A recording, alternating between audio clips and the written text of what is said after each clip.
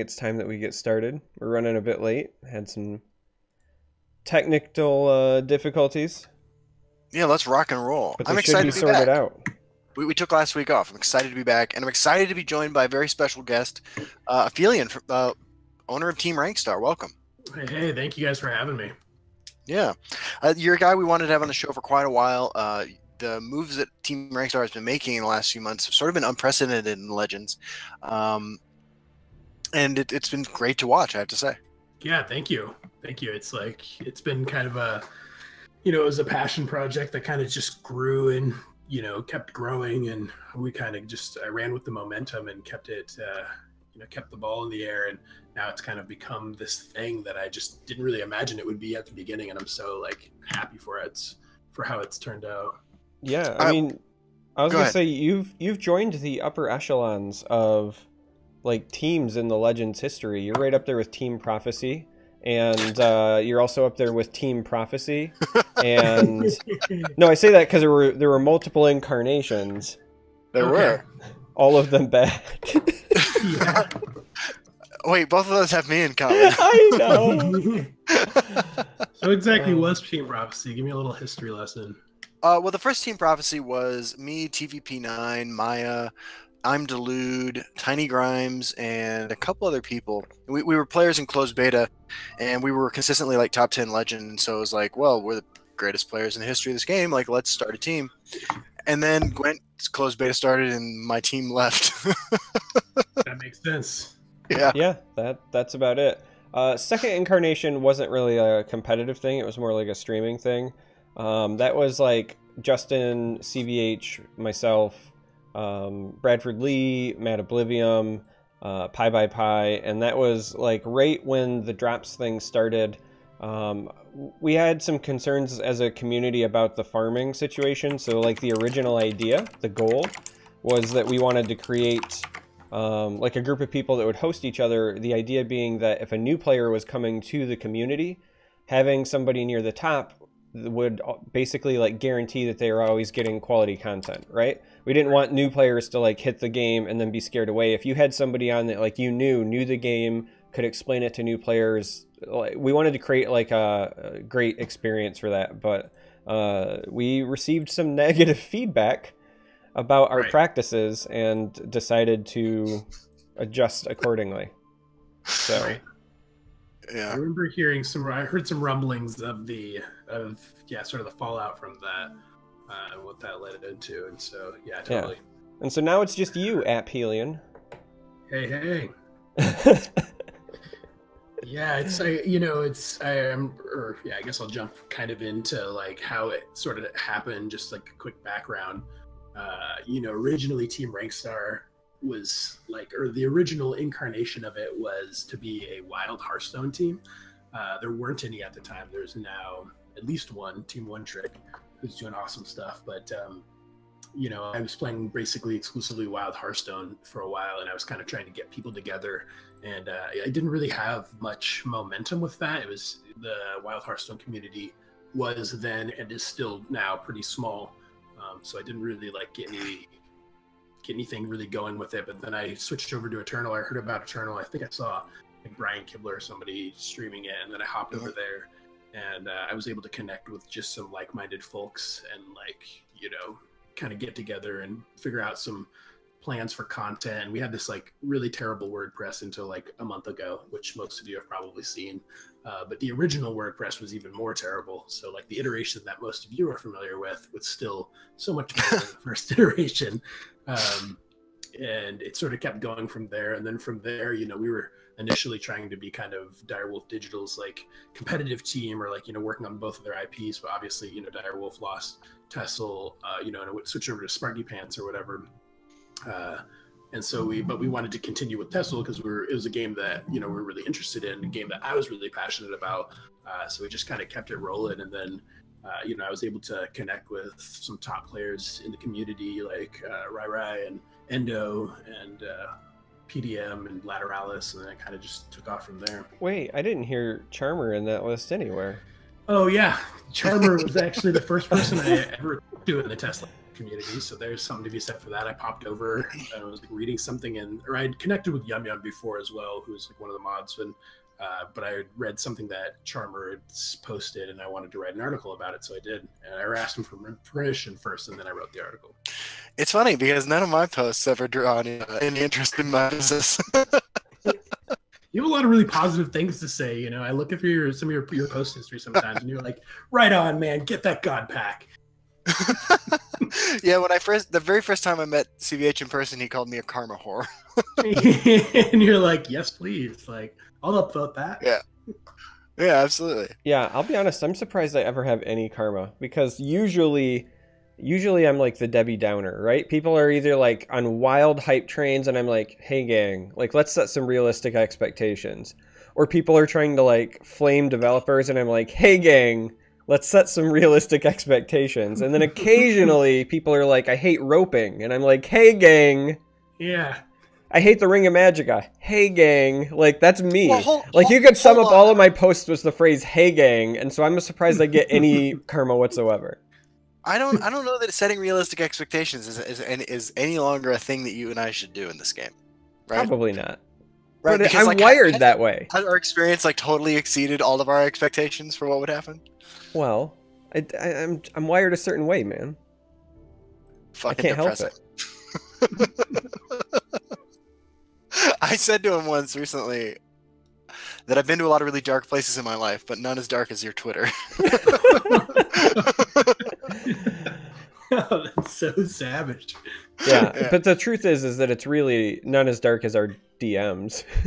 Yeah, that's true. That's true. They're worse. They are. They are so much worse. That. Every time my wife sees me type him anything, she gives me a lecture on how I shouldn't talk that way. Yeah, totally. I think we all have that blood pact with at least one other person where we're like, look, if I go first, you got to delete this. Like, right. It can never see the light of day. Listen, okay? my stuff is always the opposite. Like, you know how like somebody dies and everyone's like, I don't understand. He always seems so happy. Like Robin Williams was so happy. When I die, everyone's going to go, I'm surprised it took so long. Have you ever seen the way that dude talks? Yeah. That is fair. You just scroll through. Oh man, if they started at like message 1 and like really saw the progression, they'd like get a good sense of who you are as a person. Yeah, I have a lot of existential dread, and so it's just like if I got murdered tomorrow, they would rule it a suicide. That's all I'm saying. Like, yeah, checked out, you know. The story fits. That's look funny. at his resume, look at his DM history, and yeah. God, our DMs are full of fucking stuff that's covered by the NDA. Like we have to let them know they can't have those. Oh yeah. Like, look, we're contractually bound in this DM, so do not release it to the public. There's gonna be an interesting story where Bethesda sues some police department. They'd win too. They sued the shit out of Facebook and won. Yeah. Wait, did they really? Yeah. What did they sue Facebook for? Something with their VR headset. There was a news article about it I read a while ago.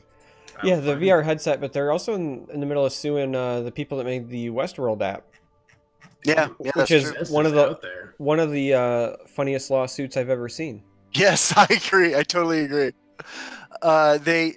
They were going. This Westworld released this app that's exactly like Fallout Shelter, and Bethesda recognized it as code they owned because it had the same bugs.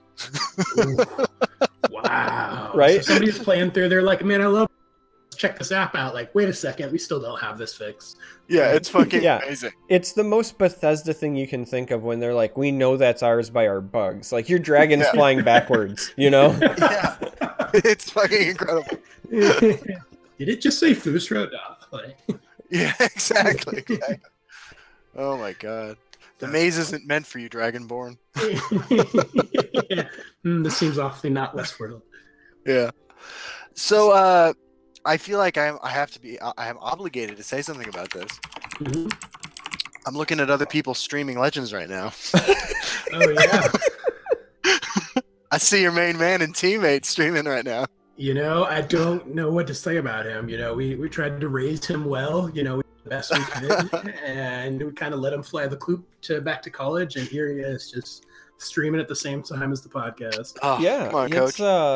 It's loyalty is #1 at Rankstar, right? Like that's the trait you look for. If you're an aspiring member of the community and want to be part of Team Rankstar, loyalty. I'm definitely typing this chat right now. That's amazing. Oh, I could tell. We can hear the loud mechanical clicks. I just had to give him a nice ping. No, that's all right. It sounds angry, and it should be. Like, hey. Yeah. In his defense, he has to look at his phone to see chat, I think, so he probably will never even notice. Can you stream from your phone? Is that a thing? Yeah. No, but I think he has like a single monitor situation, which is why he has his phone. You can stream from your phone. I've done it. I did it I did it one time as a test stream. Like it's probably not on my VODs anymore. I probably should have saved it, but I was downtown working one day and I was like, Twitch mobile app updated and it can like I remember you saying that. Yeah, it can do from the phone. So I was like, I'll just try it, like see what the bandwidth is like on just 4G or whatever. So it's like literally it was just me walking around downtown like on a lunch break one day. Nice. But yeah, you can do it. I don't know how you do it with games necessarily. I've definitely seen somebody streaming Arena of Valor from their phone, and I'm not entirely sure how, but his video was showing him kind of looking down at his phone, like jamming the game. Arena of Valor is kind of like a mobile MOBA. Yeah. And then his image on his screen, or like on the Twitch display, was just like fluidly the screen without any you couldn't see any of the overlays. There was nothing, like you couldn't see his hands or anything. So there's got to be some sort of program that talks to Twitch. I think it's just the Twitch mobile app inherent, because like when I did it with mine, I was doing it all through the Twitch mobile app, and I remember like I could control which camera front or back I was using at the time. There was all sorts of things. I feel like it would be a lot cooler if you could see the guy's thumbs. I don't know. Yeah, exactly. Just like I'd be more into it. I did see somebody. Maybe it was Disguised Toast. Yeah. Playing that. What is that? What is the Lineage 2? When that first came out, he got a sponsored stream for that, and I'm pretty sure he had a thumb stream, and he was going at it. Mm-hmm. Hey, Zombie Hunter 9x19, I gotta give you a shout out. That's awesome that you named your cat Emmerich. That is amazing. I think I see that post on Twitter. I think I like that, but that is badass. Yeah, we got a new cat. We named him Jazargo. Oh, that's awesome. Wait, is that the cat behind you? No, that's Celine. Jazargo has a cold and is upstairs with Sandra. Mm-hmm. Celine fucking hates Jazargo. And, it's a period of adjustment, so she's as far away from him as she can get. I respect that. She looks comfortable. She is, yeah. She looks as comfortable as Endo does streaming against you right now. Dude, look at how happy he looks. I don't know. He is comboing. I gotta give it to him. I gotta ask this. When you start, I mean, like, Team Rankstar right out the gate had some incredible success, right? I mean, like, Please Don't Hack Me won the biggest Legends tournament we've ever had, and member of Team Rankstar. Endozoa, also one of the top 8 finishers, right? Like, that is super impressive. Yeah, thank you. Yeah, it's good. It kind of came down to Endo, quote unquote, first competitive member. We were working with another guy, Metal Sponge, and he was kind of figuring stuff out in real life, so he wasn't as active, but he kind of did the digital handshake with me and Endo, and we were able to connect. And it's funny, Endo was so skeptical at first. He was definitely like, we had a lot of like lengthy conversations with Endo being like, well, I'm not sure, make it, convince me basically. And so but we ended up having a lot of really great conversations and kind of like feeling each other out and making sure that our visions sort of lined up. And once Endo was on board, he was kind of my in-between, getting familiar with the competitive scene and being able to connect with some of the players, namely Lateralis and Paulo. And then when I met Paulo and Lateralis, they helped get us connected with Super Thanks, Tom. And You Can Call Me Al, and then ultimately Hack Me. So Hack Me was sort of our 6th and final member. And at that time I didn't have any relationship with Hack Me, so he kind of Endo did, and was really like easy to, or really, what's the word I'm looking for, eager to help connect us. And so we were able to talk. And Hack Me, although he definitely has his quirks, is like a really great guy to get to know. And so we had no problems getting to know one another, and then it kind of just fell into place. And then once they were all kind of in a chat together, they like really put in a lot of work, like the weeks leading up to QuakeCon and the Masters qualifiers and all that. I mean, they were in there. Like, I have Discord on at work, and I was just like, I had to mute it because they were just talking constantly and like, you know, really going over deck lists. And then granted, you know, Endo and Hackney were both on summer break from school, but they were just, you know, super duper committed, and their commitment obviously paid off. So it was like really inspiring and cool to see. It was cool to see. It's interesting to watch too. Like the names of the competitive players for Team Rankstar are names that like I individually recognized from Legends, you know, over the last couple of years. But seeing them all kind of coalesce alongside like the other content creation team you have, and it's been cool to watch. Like, you know, like a little group forming out of pieces that I just viewed as individuals up until that point. It's been kind of cool. Yeah. Yeah, absolutely. I mean, and that's one of the, you know, cool things that I've had the privilege of doing, is getting to know, you know, all these people individually, you know, getting to know other members in the community individually.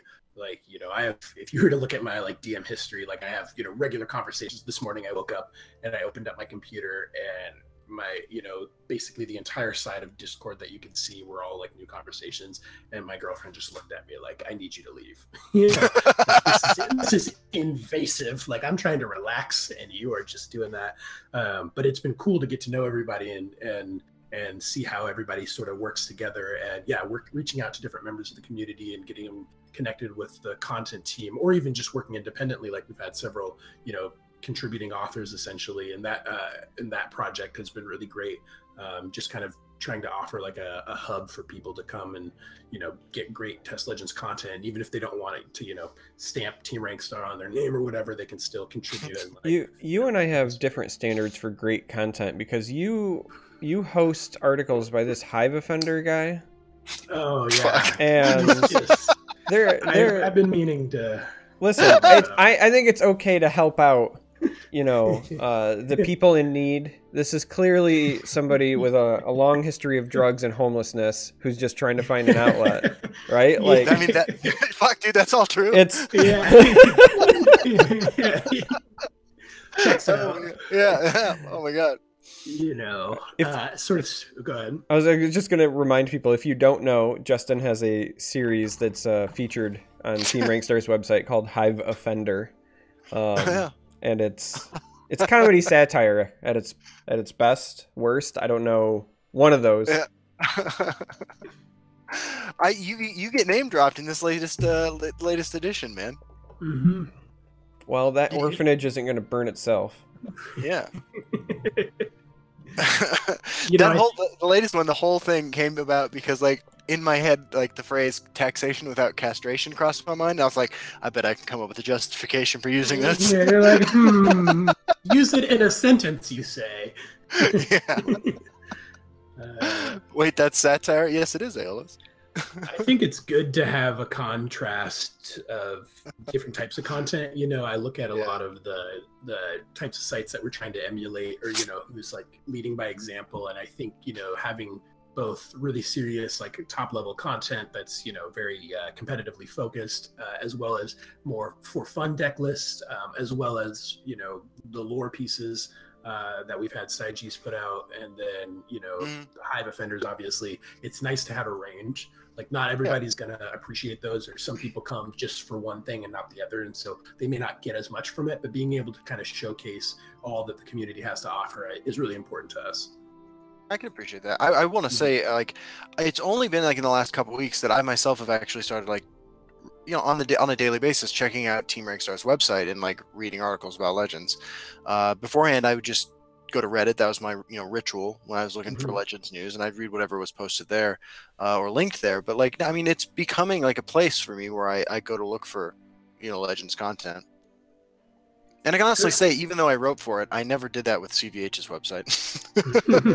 You know, it's funny, I've read not almost all, but a good amount of CVH's articles between the lanes when I was getting in Tessel, and also trying to figure out how we wanted to formulate our stuff. And I think, like, I really appreciate the example that CVH sort of set with Between the Lanes, and I, like, hope that, you know, not that we're carrying on any sort of legacy, but I believe that site did the community justice, and I hope that people perceive Team Rankstar as doing the community justice in that same regard.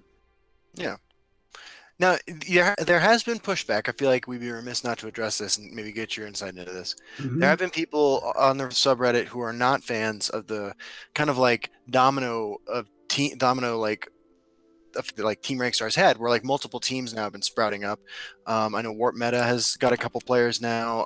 There's that Blood Guild. There is Listeners. the listeners. Yeah. There is the Pokemon team. Evolution. I'm not- Yeah, Team Evolution. I'm not great about this. Team Evolution, yeah. Yeah. I'm just curious what your kind of response is to this. Well, so I'm firmly of the mind, and I come from a heavy Magic background. I come from playing Hearthstone, not competitively by any mean, but coming from an environment where teams are kind of the norm, and I believe that one of the things that can really help usher in a healthy competitive scene is like active teams forming, and like team can be a loose word of like just people getting together and sharing deck lists and tuning and preparing for tournaments, and just generally being a community within the community.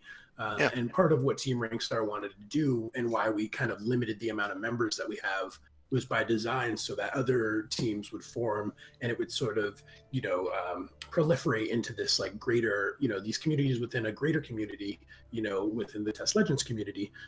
And the goal and sort of dream I had was in 6 to 8 months after Team Rankstar got a little bit more formalized, like there'd be a team tournament and it'd be like 3-on-3, and it would be all invite only to people who are more or less established teams kind of thing. And I've seen those types of things be really successful in other games, and I hope that's the future of Test Legends. Now, of course, it's not without its blowback, and I've seen people make Reddit accounts 2 hours before they decided to post mean things about having content posted out through Team Rankstar.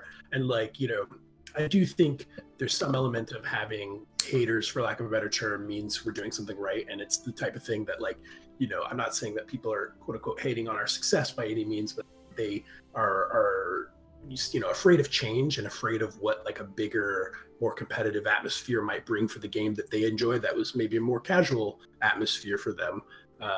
But I think that the community is big enough to have like both of those things symbiotically. So I don't think it has to be this I don't want Team Rankstar to ever feel like this hyper exclusive thing. Like our Discord is on our front page for a reason, so you can come in and hang out and share ideas if you so choose. My Discord's on my website too, but nobody is ever active in mine besides me, and it's usually me posting sadness. I respond to things in your Discord when I get tagged. Yeah, pretty much.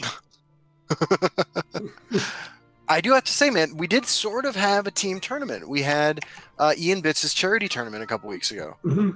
I thought that was a really cool development to see. I mean, that honestly was one of the coolest things I've ever seen Legends as a community put together on its own. I'm really glad that you mentioned that, Justin. I would like to talk to Aphelion here about his team's performance in said tournament. Oh, yeah. But specifically about it. That's right. We fucking knocked out Team Rankstar. With Will's own deck. Yeah. They didn't ban. Yeah, I think that they underestimated their opponents and were aptly punished. Listen, the night before, Endo was watching me stream, and I was doing absolutely terrible on Nixox because I was tired. I was so tired, like I couldn't think. So I'm sure that they went into it like, dude, they can't pilot this. Like, he can't pilot it by himself, and now he's gonna have Justin talking to him. Oh, totally. It's like maybe he's gonna play the tournament on. This will be fine. Yeah. Good times. Yeah, totally. I think that tournament. I really am glad that went the way that it did and it was received the way that it did, because we are hoping to kind of emulate that. I think that style of tournament is really cool and unique, and like if we can see more stuff like that, I think that would also help with the team dynamic a little bit more, and also encourage people to work together. If they have reasons to. And I think we could those types of things. Like we have a discussion at Team Rankstar where we're trying to figure out how to coordinate new events and like fun things for the community in general, and something like that is definitely on our radar and something we're actively working on, because I thought that tournament went very well, and I was really happy to see its execution. I think Ian did a great job at organizing that whole thing. I agree. I think all around, the response to it was amazing. The money raised was phenomenal. Ian and Dust were excellent hosts and casters, and the behind-the-scenes organization Ian did was super impressive. Yeah, yeah. And for a solo person, I mean, did you guys know how difficult running tournaments are? Or you guys know, like, you know, even on a greater scale, what it looks like? And so to have that kind of, I don't know how much help they had with that project, but even just having a couple of people on that is like, that takes a lot of work. Yeah, absolutely. What's your cat's name? Luna. Nice. That's a good name. Yeah. She's got like 16 names if you ask my girl. So it's like Ella, Luna, Kabang Bang, Tuna, something. That checks out. Are you? Did you name your cat like? She's wonderful. Oh, by the way, I just want to say that. Yeah, thank you. I was gonna say, did you name your cat like the entire lyrics to Mambo Number 6? Yeah. Yeah, basically. Or she named her, and I think it was, I don't actually know what the origin of the name is. I want to say it has something to do with Sailor Moon, but I could be wrong on it. Right on.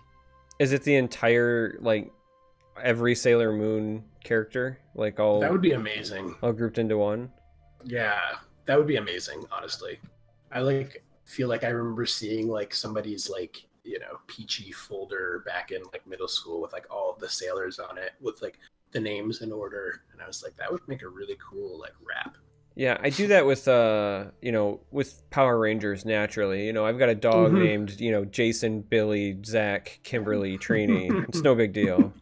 Have you ever seen the Power Rangers My Way video? No, I haven't, but now I'm intrigued. I'm gonna blow your DMs up after this. Just be prepared. So we're 14 days into September, 2 weeks in. We were told that the new client is going to be launching in September. We got about 2 weeks left, right? Mm-hmm. You think we're going to make it? Over under. I think we got this one. I think it's not going to be without its trouble, like anything. I think it's going to come out and people are going to have really high expectations because they've been waiting a long time, and it'll probably have it'll stumble the first week or two. But I think they're going to do their best to meet the deadline. All right. So here's where I do that thing where I say, hey, gang, let's set proper expectations, right? Get in there. So, all right, first and foremost, the game when it comes out is going to have bugs. This thing was built from the ground up, right? This isn't like they took Direwolf code and then piggybacked. Like it's from scratch. The amount of work that Sparky Pants is putting in to rebuild a game that was in development for many, many years before we even heard about it, and to do it in such a short time frame is ridiculous. But like, it's going to have bugs. So there's expectation number one. Expectation number two, it's probably going to be coming at the end of the month, because that's when our normal maintenance times are anyway, and there's probably going to be an extended downtime. And I mention this now on the podcast so that if you're listening and you're somebody who plans on trying to aim for a high ladder finish, do not plan on having it be very accessible or even stable at the end of the month, right? Because you may not have access to it, or it may have bugs, so plan accordingly. And then the last thing I'll say is that, like, I would be shocked if we didn't hit the deadline, because by the time that Bethesda gives like official dates, and no, I'm not talking about looking like July for everybody who's about to spam that in chat. For whenever they give actual dates, whenever they say like, hey, like this is our like, target time, they've like in 2 years they've only missed it one time, and even that was only a 1 week delay. So the fact that they came out and said publicly before the end of the month, like, it's going to be before the end of the month. It might be at the end of the month, but like, it's going to happen. Yeah. Yeah. I think that I am very optimistic. Also having played it, like, it wasn't without its own bugs, naturally. But I think, that's fair.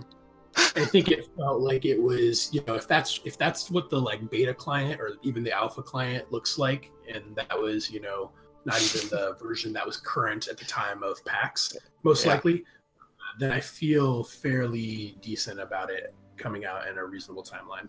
We played on the alpha client, Oh, how was that? I can say that. It was I'll say this with confidence. I don't know. Every time we've played a version since then, they've shown market improvement. Yeah, Good. that's definitely the case. Yeah, the version we played on had some pretty hilarious bugs, but it also had like, hints of greatness. I will say that.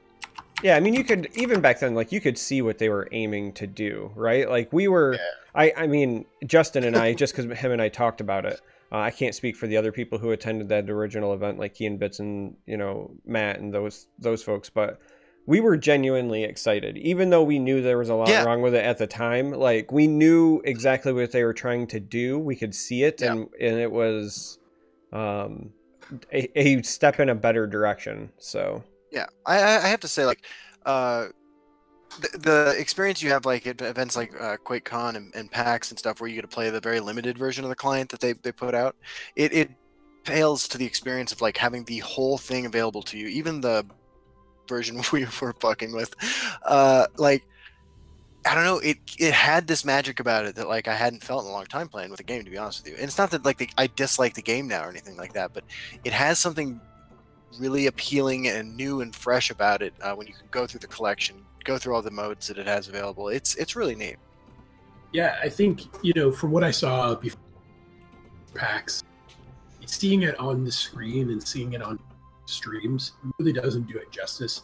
Like, even though the client that we played with was a little buggy and, again, it wasn't without its own problems, it's still being hands-on with it and just seeing how, like, smooth and how pretty and how well thought out each little aspect was. That was really important for me to, like, have my sort of confidence, and so I'm very optimistic that the final product will be something that, like, really wows the community, because, like, having played with it, like, I would probably be full of doubt, at least to some extent, had I not gotten the hands with it, but having solid about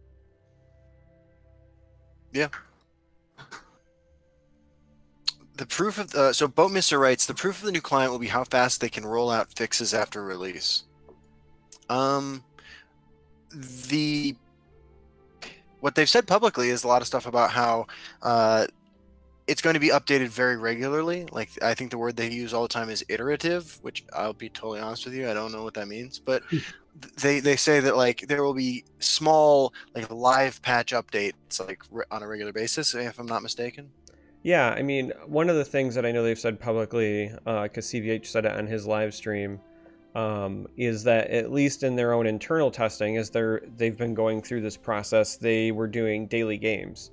And CVH explained to people, if you don't, because he called it DGs, and he said, if you don't know what that is, that's daily games. Every day we play, like, a feature game or a feature match or whatever to test whatever the newest version is. So that, is something they've said publicly, and that tells us that internally they're making changes and updates every day.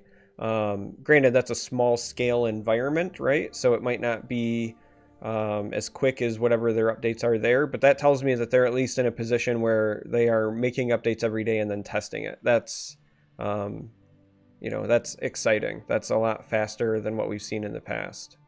Yeah, definitely.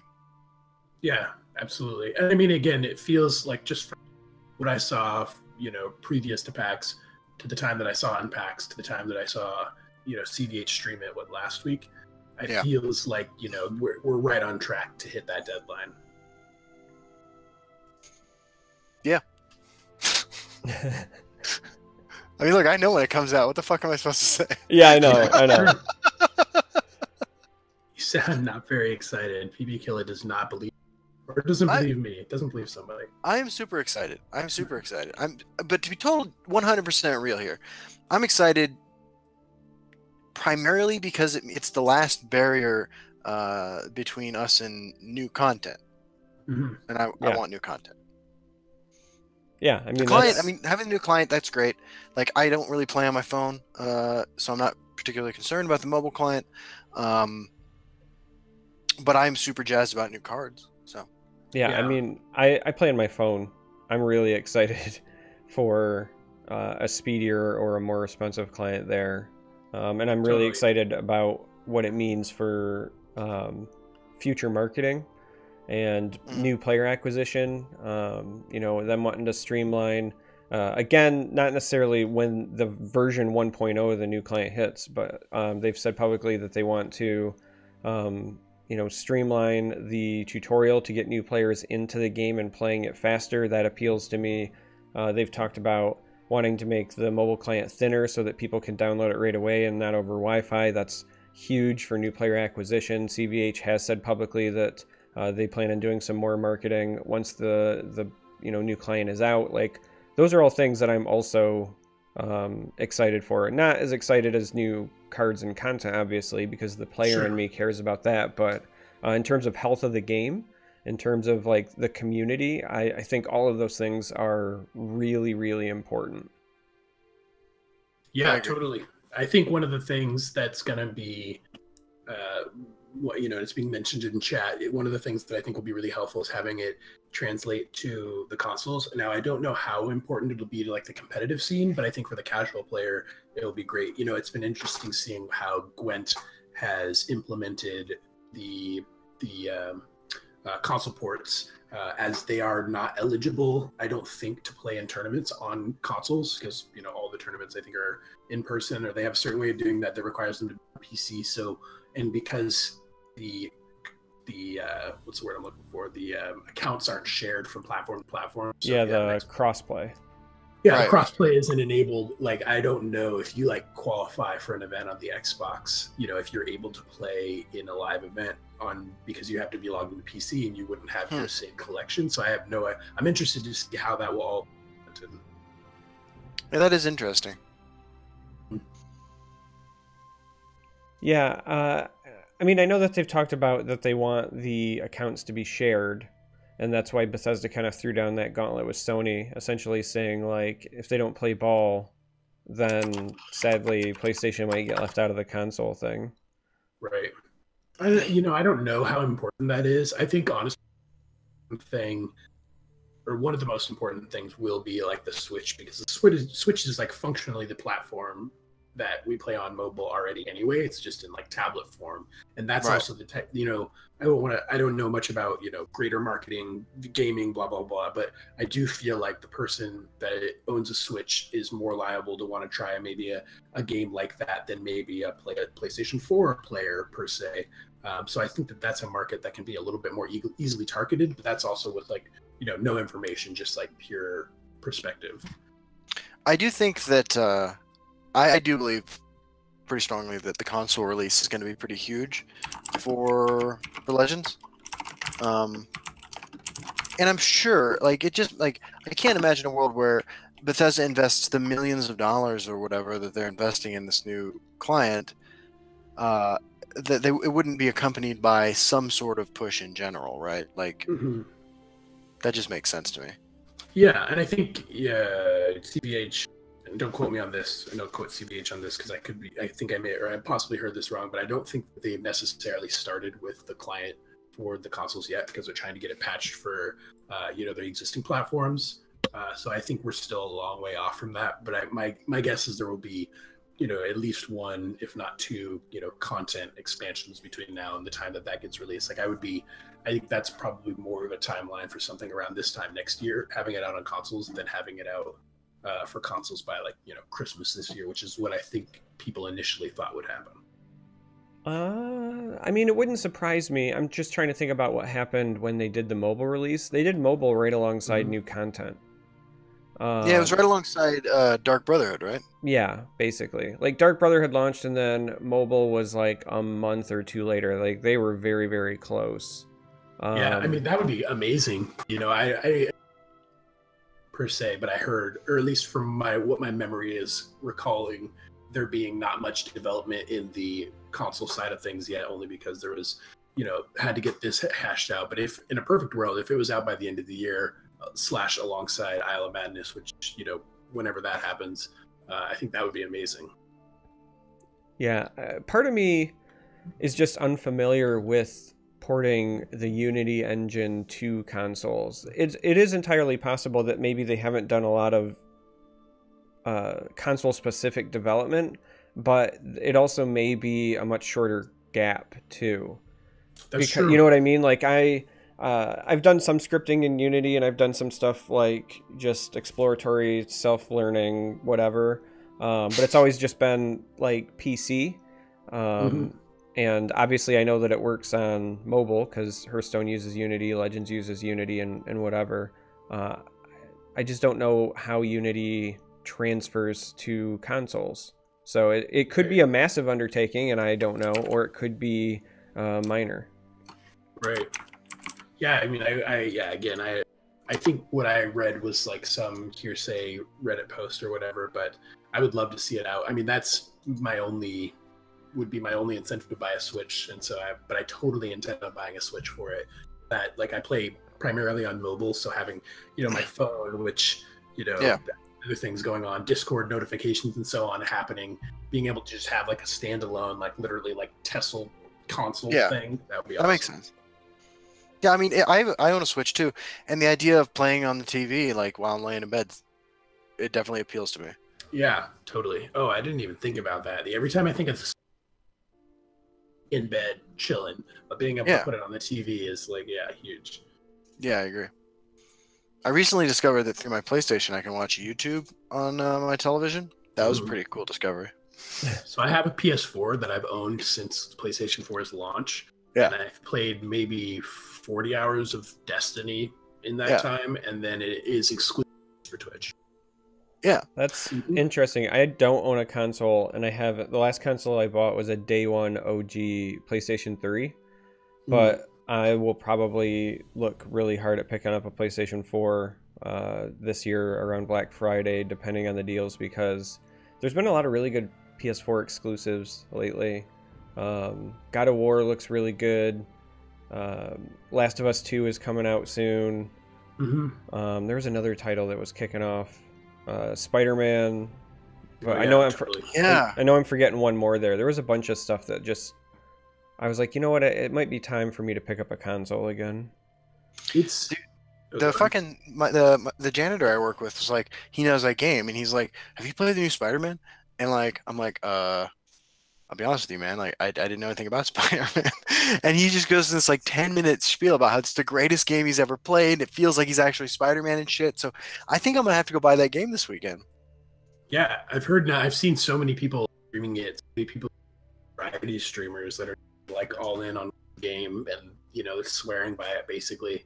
And that might be my next foray into console gaming. It's just been so long that I've like even holding the controller. The last time I tried to play Assassin's Creed or something, I was like, what am I doing? Yeah. So, did you guys see that Paul Manafort is cooperating with the Mueller investigation? Oh, Justin, you made it an hour. I'm so proud of you. Yeah. It's all I've been reading about today. You made it an hour, man. Here's been my day so far. I worked this morning, and I finished my work at like 11, so I left. And then I took the cat to the vet, and then I read a bunch of news for 4 hours, 5 hours, 6 hours maybe, about Paul Manafort. And then I played one game of Heroes of the Storm. Nice, good for you. Yeah. TES 6 when? I don't fucking know. Yeah. Hey, that's something we actually don't know. Yeah. I honestly don't know. Like, legitimately, that is a state secret at this point. Like, CVH doesn't know. And that, not a, like, he's just saying it publicly. Like, nobody knows.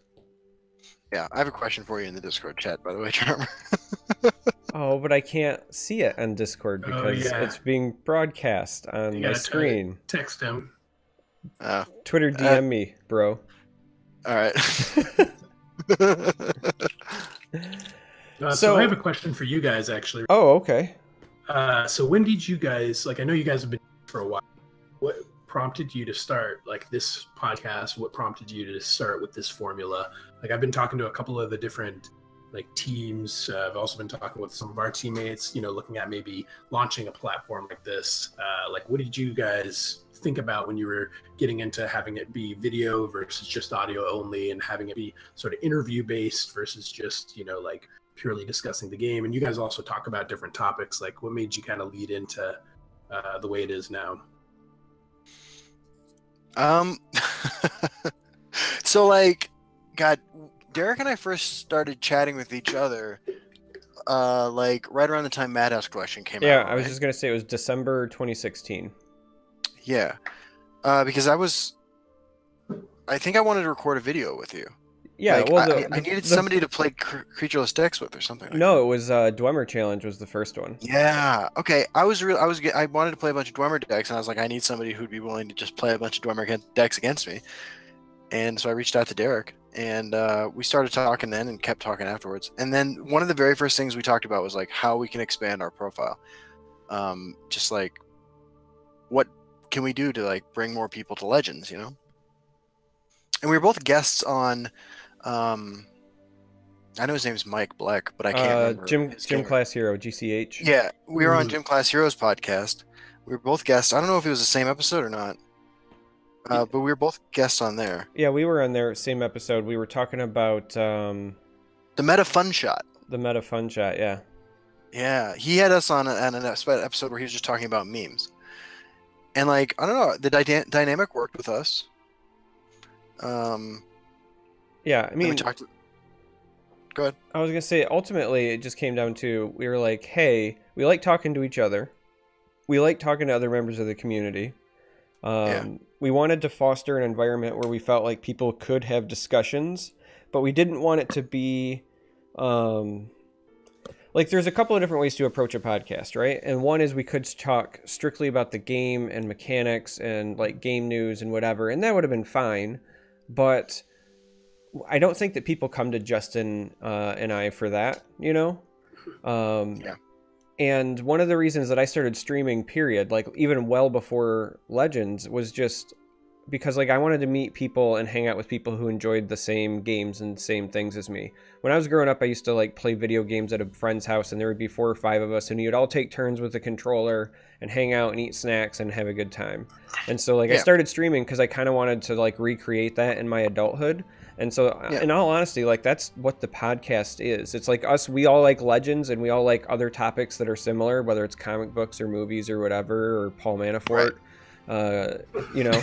And so we just kind of wanted that environment, and that's what we went with. Yeah. Yeah. And the way that like the show always goes, it kind of like highlights that, right? Like ostensibly we're all related to like connected to the Legends community somehow, but then each conversation goes off into the same way that like friends hanging around playing a board game would go. Right. The textbook example of this in my mind is always Frank Lepore talking about the Justice League for 2 hours. Right. Oh, like on his stream? No, we had him on the podcast. Oh, really? Wait, does he play Legends? He was involved in the alpha, and he wrote some articles for Bethesda. So we just reached out to him. He's like, "Yeah, sure." Yeah, totally. That's awesome. Yeah. I used to watch a ton of his streams. He actually he reached out again recently and wanted to potentially do some more stuff with us right around the Master Series. He kind of contacted us about again, either whether it was doing the podcast again or doing some casting stuff together. Stuff like that. So like he's a good dude. Yeah, that's cool. Interesting. All right, I'm intrigued by this information. He likes all the cat photos I post on Facebook too, so he's good in my book. Oh man, whoever posted the like conscription monk photo on Reddit, that like slayed me. Are you serious? That was me. Oh, was that you? Oh, nice. Yeah, I was scrolling through today, so I don't like. I kind of. Yeah. Do you remember when Justin said CVH called him a karma whore? No joke. Yeah. Here's the evolution of exactly that post. Yeah, exactly. That was me. No, listen. Here's the exact evolution of how that went. CVH and Justin and I are in this like shared group, and we chat pretty regularly because, you know, we love each other. And Justin posts this picture, and CVH goes like, literally, he posts, I have no idea what I'm seeing, but I like it or whatever. And then I posted, that's what happens when Tullius Conscription only pulls Khajiit, and he went, oh my god, be right back, posting to Reddit, right? Like, it's 100% like, oh. Yeah, I like that content. I think I'll take it for my... That is what happened, dude. Yeah, good. It's good.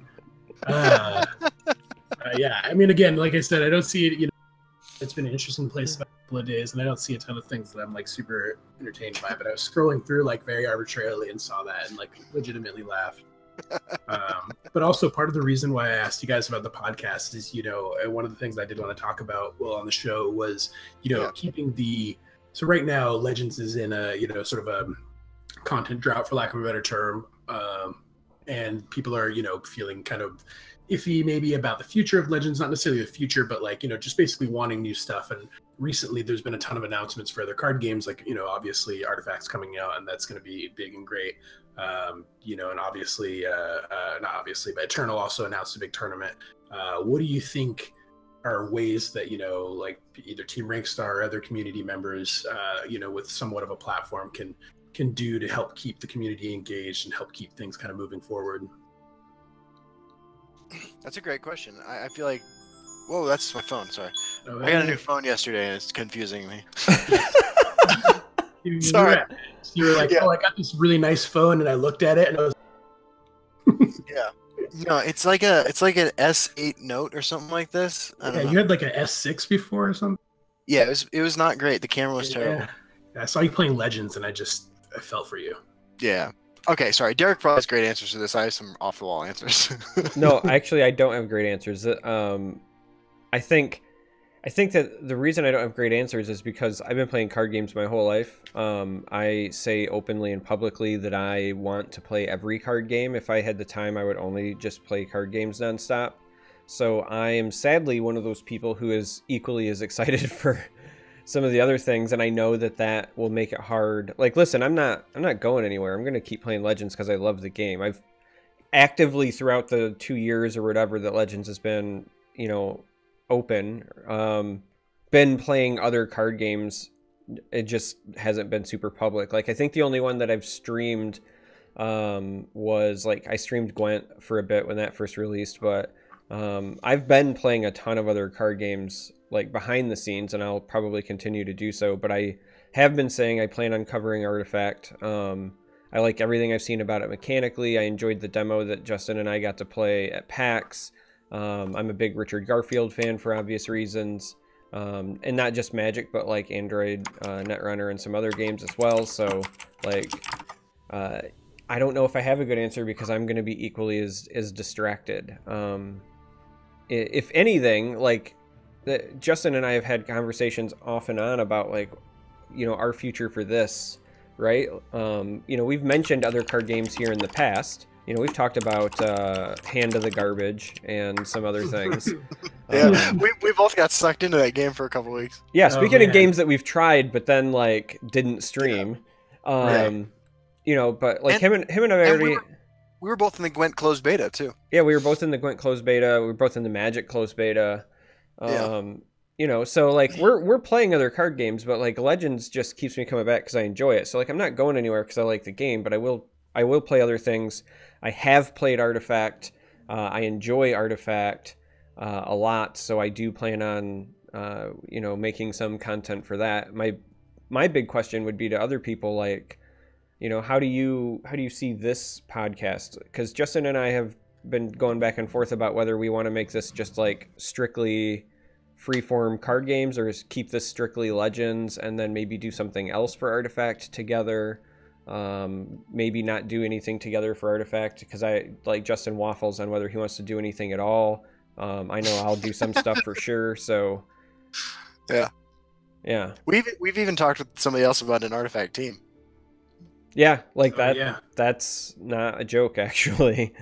Yeah, that part's actually true. But as far as like Legends goes, it is. I think that we're on the same page that it is our home, right? Like Right. The reason we have anybody listens to anything we say at all is because of the experiences we've had playing Legends. Right. And additionally, kind of like what Derek was talking about earlier with the whole podcast idea is that we're behind the scene. Like it's a look at like what it's like to sit around the table and play games with friends. We would lose that big community that we have of people who are like hanging out doing the same thing if we would just immediately stop and did something else. Right. And that's what's important to me personally. That's the most important thing, is that I get to have this cool, uniting, like shared positive experience that like I don't otherwise have. Right. To that end, I think that like the ways that you keep a community engaged and you bring them closer together and you strengthen it is by having these huge shared experiences, right? I think that the most recent example of this being hugely successful was the Master Series, right? Where like you had tons of players who were really, either making names for themselves, or people had had their own little fandoms who came together to watch 4 weekends in a row the qualifiers, and then at QuakeCon watch them battle it out. I think that was hugely successful, and I think honestly, I think the numbers for Ian Bitt's charity tournament were really impressive too. I think that even though the streaming in general and like having these cults of personality around successful content creators is all well and good, I think that the shared community experiences like these tournaments where everybody's bringing their own audience to it to join up and maybe meet someone new, talk about something new with someone new, are where it's at, right? And I think that I know Team Rankstar has announced you guys have announced some kind of Legends tournament series. I think that's the sort of thing that the game needs more of. I think that one of the reasons that Eternal, even though I'm fairly certain it has fewer players than Legends does, one of the reasons the Eternal community feels so much more united is because there are several regular tournament events that are widely publicized and stuff like that. Yeah, I mean, having spent a lot of time active. So part of my job, for lack of a better term, and what I do is to stay engaged with the various communities, some of which are more, on the backseat. I don't post in the Gwent subreddit, for example, but I look at it as often as I can. Or as often as I look at Reddit, I always, at least spend a few minutes in each subreddit that we like, or in games that we participate in. And, one of the things that is really unique about Test Legends is that if you look at the community posts, and even go into the comments, there's not really people being mean or super critical or without some sort of constructive aspect of their comments. Like, there are of course trolls, and like that does happen everywhere, but it is significantly less than it is in other communities. Like even Eternal, while be it maybe a little bit smaller of a game, probably has a similar size subreddit, which I actually don't know, but as maybe a similar level of activity. And there are, there's a lot more kind of naysaying and slinging a little bit. And I don't mean to call out Eternal. That's just an example, that it happens everywhere. Yeah. And, also similarly having some CVH is incredibly unique to the community. Having a really responsive and really active community manager, well, that's their job. It's it looks different for company to company, and I think we're pretty lucky in Test Legends to have access to somebody like CVH and have access to the community that we have to stay, readily engaged with. I totally feel you on the difference between the Eternal community and Legends community in terms of positivity. And an example that comes to my mind is that I went and had lunch with a bunch of the Direwolf card designers a while back, and I filmed a video on my cell phone, my journey there, talking about it afterwards, took some photos and stuff, and I uploaded it to YouTube and posted it on the Legends subreddit and on the Eternal subreddit, because I play Eternal. Mm-hmm. And it was downvoted into oblivion and then deleted off the Eternal subreddit. Mm-hmm. And on the Legends subreddit, everyone's like, "Oh, that's so neat!" If you see him again, ask these questions and all that stuff. It was interesting. That is an incredibly characteristic. But it's not to say things less or more than the for each community. Eternal definitely has its gems, and it has its reasons why it's really wonderful. And I do love the Eternal community, and again, being one of the origins of why Team Rankstar is what it is today. It'll always have a special place in my heart. However, again, there is comparing Test Legends to just about any of the other communities I've seen. Even Shadowverse, which is a very colorful place. It is a totally different environment than the Test Legends community, and it's that's what's kept me most engaged. Is like you were saying, creating a unified and shared experience and being able to really harness that. And that's part of the reason why we are doing the tournament series and trying to maybe make a podcast or maybe have another way to engage with the community and just kind of keep things moving forward. I would love to start playing more Shadowverse. Because I like to play card games, and outside of certain things about it, it's not terrible, but my wife won't let me buy the mandatory body pillow that's required to play that exactly game. Yeah, the cross posting should and that not open in. I'd love to see the stats about that subreddit's cross posts with the incel community. So I love Shadowverse, and I will say that publicly because the game mechanics itself are amazing. If you were able to literally turn it on figures, my favorite control deck of basically all time is Tenko Shrine, and it's this really unique essentially artifact or planeswalker-esque control deck that interacts with the game in a really unique way. Yeah, it's support mage but with evolution. it's exactly support mage with evolution. That's how it feels, and it's absolutely fantastic. And I cannot show it to my friends because they Exactly. will just judge me into the ground, Yeah. which I understand. And it's unfortunate that that's what it is. But like it, you know, I also play a ton of Gwent, or I don't play a ton of Gwent. I really enjoy Gwent, and Gwent is like Gwent Homecoming is like one of my personal favorite game, or one of my things I'm looking forward to the most, even more so than like Artifact, you know. But that's like a more accessible game to show people. If it had a mobile client, I think that game could take off quite a bit more. But you know, when I end up telling people what I did with my, you know, free hour and a half, it's always Gwent and not Shadowverse. Yeah, I totally understand you. My marriage is too important for me to play Shadowverse. What's that? I said my marriage is too important for me to play Shadowverse. That's good. And same with World of Warcraft. I recently resubbed and then Oh yeah? And Oh, World no. of Warcraft is just not a thing that you play if you want to spend time with people. I actually just had that talk with Sophie the other day that we really missed playing Warcraft together.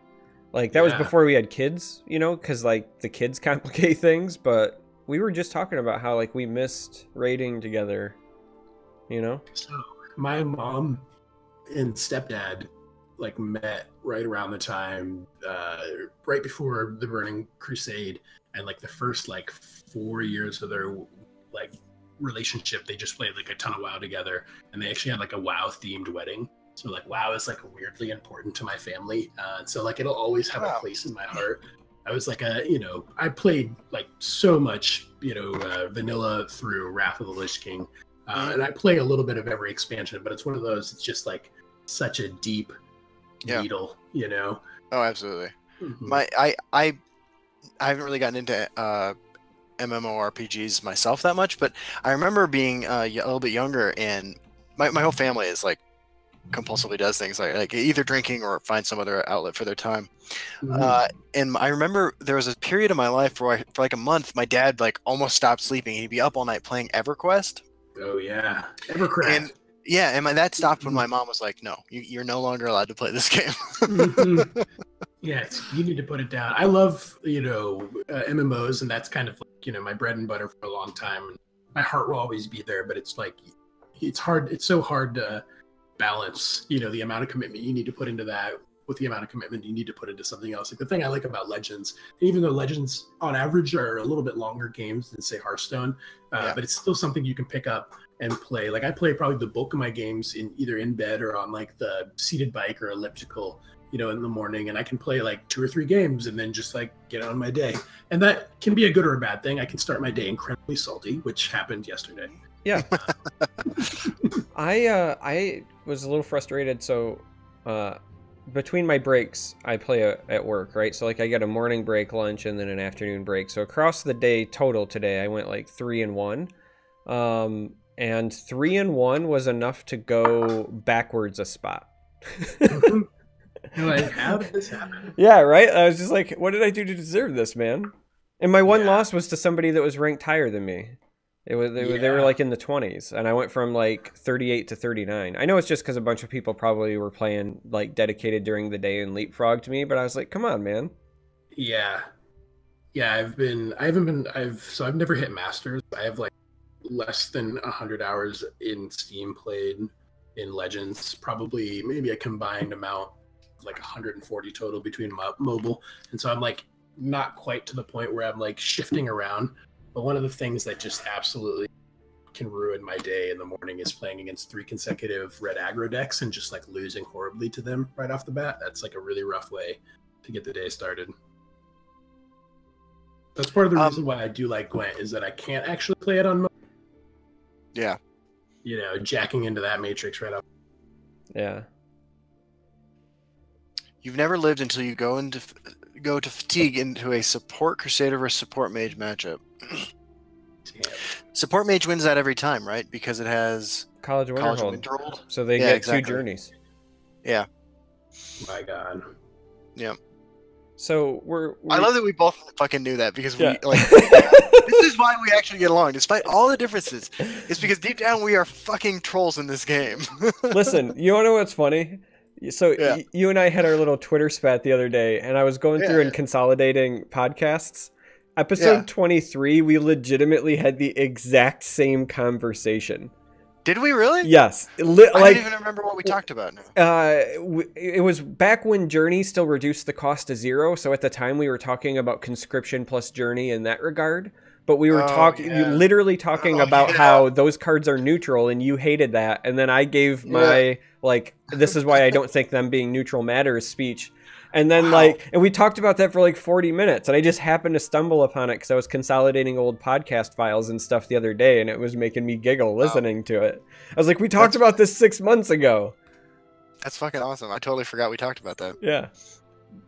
So usually in the last half of the podcast, although we're like already an hour and a half in, we like to have chat. Ask us anything you want to ask about. So feel free to throw us questions about Legends, about Team Rankstar. Aphelion is here to answer anything you want to know about that process. We'll answer questions about anything else too. Card Counter Chris already asked one question a while back, but I was waiting till we got to this. He asked, since you and I got to play Legend or Artifact at PAX, how it compares to Legends and other card games. I would honestly describe it as not even a competitor for Legends. It is such a different game. If it's like anything, if it's like any card game, it's like Gwent in my opinion. And if it's like any other kind of, it's like Gwent and Heroes of the Storm had a child. Like that would be how I would describe it. Yeah, I think that's fair. I think it's like Gwent, Magic, and Heroes of the Storm had a child. Like, but yes, it plays very, very differently. There is a lot of like, it's the kind of game where like when you first just look at it with no context, you think this looks really complicated, and then you play through like maybe 2 rounds of it. And when I say rounds, I mean like the equivalent of like start to end turns in that game, and then you go like, oh no, I've got this, I've picked it up. And then a little bit later you're like, oh my god, this is really deep and complex, right? Like there's these phases of your understanding. And so like Justin, I remember when we were at PAX, he was like, this looks way too complicated, I probably won't do anything. And then he sat down and he played it, and when he got done, he was like really excited. He was like, that was a lot more fun than I thought it was going to be. But it is very different. Like the fact that there are 3 boards matters a lot. And then the big thing is like how initiative passes back and forth, and how like if you watch the PAX footage, how the presence matters based on like the color of the card you can play. I'm trying to be very specific with how I word things so I don't mess something up. It's just very unique. It doesn't play like any other game by itself. There are like I see the roots of so many games. I see a little bit of Magic in it, which makes sense because it's a Richard Garfield designed game. I see how they tried to make it feel MOBA-like with the way that they implemented heroes and the items and equipment. Like it's just and the creeps. Yeah, and the creeps and the spawning. Like it is just very different. So I'm kind of with Justin. I'm not sure that it's like all card games are competitors with each other, but it is not what I would consider to be in the same genre. It is as different from Legends as I would say like Gwent is different from Legends, right? Like if you've played Gwent and you play Legends, you know that they're both card games, but they're wildly different. This is something new. Artifact is something that is not like anything else I've ever played. Ooh, Alindra describes it as a deck building board game. I'd love that description. Yeah. I think it will also appeal to a different audience, much like Gwent, where it has kind of I don't want to say niche, because that makes it sound maybe smaller or like less appealing than others, but it's just a completely different style. And so I also think it'll be, maybe slightly more expensive to like the average player. And so it will be that like cost of entry will also be a barrier for people. So I think, frankly, a lot of the greater Tesla community probably won't, they'll probably try it and maybe, see what it's all about. But I do think that the core of the Tesla community as a whole will stay intact.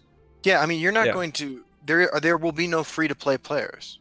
Right, yeah, there's no free-to-play. I don't think there will be any drops. I don't think there's anything that you don't necessarily pay, which I think is actually a really interesting model. And like, while it does alienate some players, it also, creates a certain level of, not maybe exclusivity, for the people who can kind of afford to play it, and so that'll make it a very, very competitive game. I mean, I can think of several people who are the top 16 at QuakeCon who are free-to-play players. And you're going to eliminate those players ever being competitors. Yeah. Yeah, I'm really torn on the business model because on the one hand, it definitely appeals to me that it is a paid to play barrier of entry, because in my mind, once you go that route, every person who plays your game and is involved in your community is literally invested in the game and in the community, right?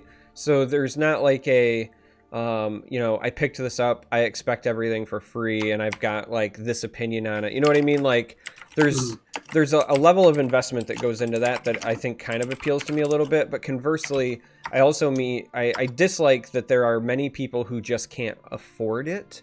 Like there are people who do free to play stuff not because they're just like cheap or stingy.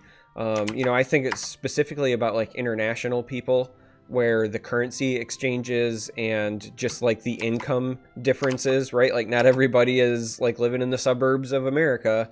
And so like I dislike the idea that, some of the people who might really enjoy the game or be really good at the game might be held out. So I go back and forth on the model a bit. Yeah, absolutely. I think it'll have its ups, and it'll definitely expect to see it. There will be that big surge of people who play something new and try something different, and will like come from various games to play it. But then I think that over a couple of months, they will slowly, definitely start funneling back more heavily to they came from. I agree completely. It's like honestly, it's like what happened with Gwent. I imagine a similar thing will happen. So we also have Gnarly Barkles, fantastic name, asks us, how do y'all think Isle of Madness will break the game? Can't answer that question. Yeah, I was gonna say good cards. Yeah, without going into specifics, I'll say I'm excited to see new mechanics, and it's hard to tell what power levels will be like, because on the one hand we've had things like Dark Brotherhood, and on the other hand we've had things like Return to Clockwork City.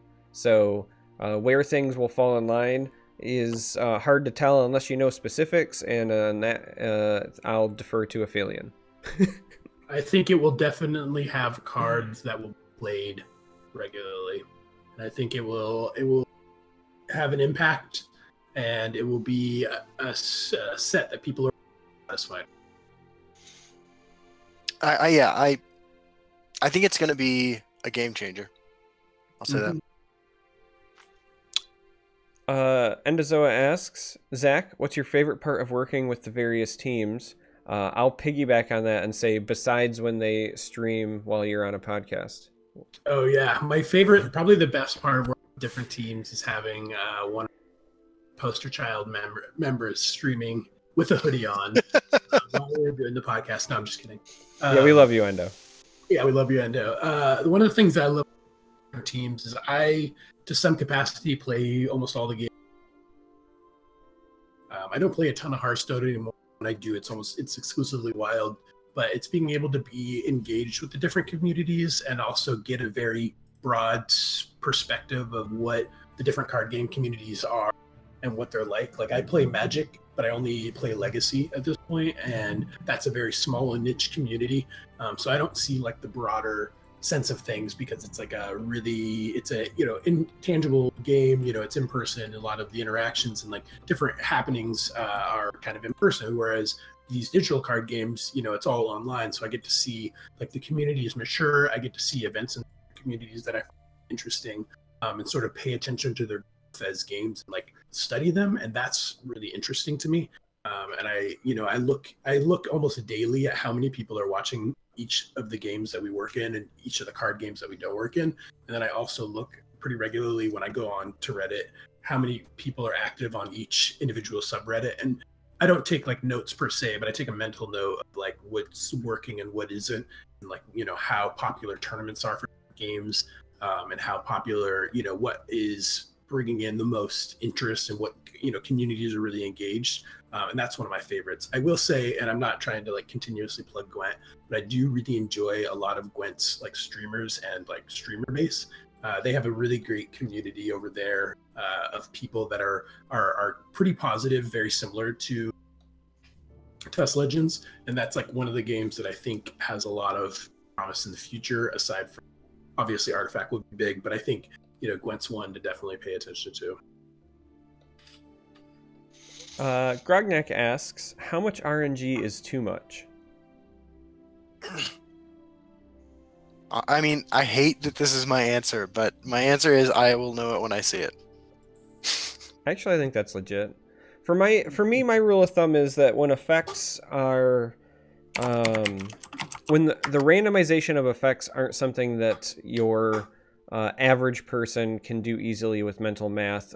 Usually, my own personal rule of thumb is anything more than a D20 is when I start to get agitated. And again, that's just like a personal metric, right? Like, I spent my whole life growing up playing D&D and rolling a D20, so I'm like okay with that level of randomization. But when it starts to go more than that, you know, if I know that my opponent has like less than a 5% chance for something and they're hitting it and I'm losing to it, that personally kind of nudges me the wrong way. Like, I'm okay with stuff like blood magic spells because like that's a small pool that you know what people can get from. But like, I'm not okay with like heroic rebirth, for example, because that's much greater than 20 at that point. Rebirth. That is no, Flesh Sculpture is the only banned card in the Creatureless Challenge. Yeah, so that's my own personal metric. What about you, Aphelion? I think, you know, it's interesting. I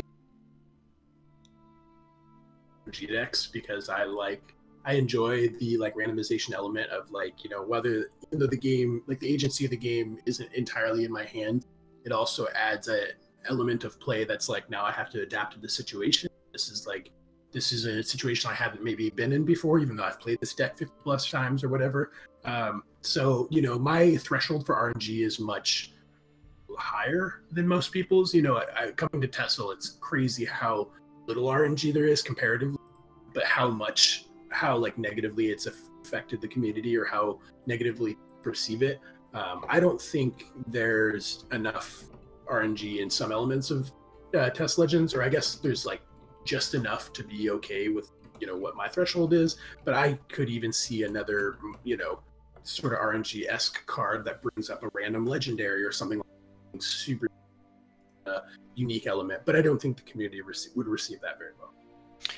I will say, like, I remember there being back when I saw Legends advertisements, there was an ad that like said something about how like it was like the card game with no RNG. Am I remembering that right? Do you guys remember that? I don't know. I've never seen an ad for Test Legends. It's not that it was no RNG. It was, I think that the marketing for it said something like tired of losing to RNG or something. Yeah. I remember that. Yeah. It's kind of a meme. Yeah. Yeah. What's actually, while we're on this topic really fast, and I'm sure you guys have, what's your guys' favorite card in Test Legends? Today I'm going to say Barter. Ooh, I respect it. Totally unique effect. My answer is always Nord Firebrand, but just for the people who may be tired of me saying that, my second favorite card as of right now, the card that I'm finding every excuse to play in every deck possible, is Seda Neen Courier. I'm finding more and more ways to use it, and every time I find something new with it, I'm like, this is amazing for being such... Like, it's so weird, like, giving Steel Sword a 1 health body makes such a difference. And the number of times I've gotten lethal because that 0-1 left behind picked up stuff from Merrick later on, it just makes me giggle inside. Like, I really like Seda Neen. That's fair. I think that card's amazing in Arena, but I've honestly never played it in Constructed. Yeah, I'm loving it. Mm-hmm.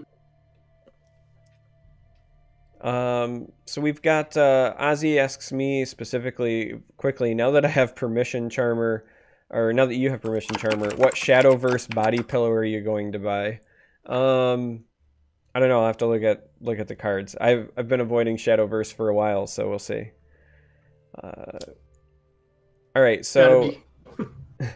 Zencard has a fantastic question. What's the benefit of being in a team versus playing solo? What can the faceless masses do to try to get scouted, as it were? This question is for Aphelion, but I'll say real quick, the benefit for me to working with other people is that they check me on my shit and my stuff gets better as a result. Yeah, I'll say just really quickly, though I'm not on like a quote-unquote Legends team, it certainly doesn't mean that I don't interact with other people regularly, whether it's members of the community. Like I was just talking with Silverfuse today about deck lists and whatever. Like I bounce stuff off of other people all the time, and even back when I played more competitively, specifically Magic, I was part of a very core playtest group. We wouldn't have probably called ourselves a team at the time, but looking back on it, it like was just legitimately a team. We play tested together, we speculated meta together, and there's an awful lot to having a nice friendly environment where people can tell you when you're making mistakes and you're not like upset about it, and it just makes you better, in my opinion. So now we'll let the actual master answer. Joe's reply to Hackney's post was, so first of all, I also didn't interject my favorite card, which is Tullius's Conscription, which is an incredibly unpopular opinion, but the reason why it is fun to play. It is that it is like nothing else I've seen in a game. It does a really unique thing, which a lot of people hate, even myself included in some circumstances, but it's a really cool thing that only Legends does, and that's why I like it.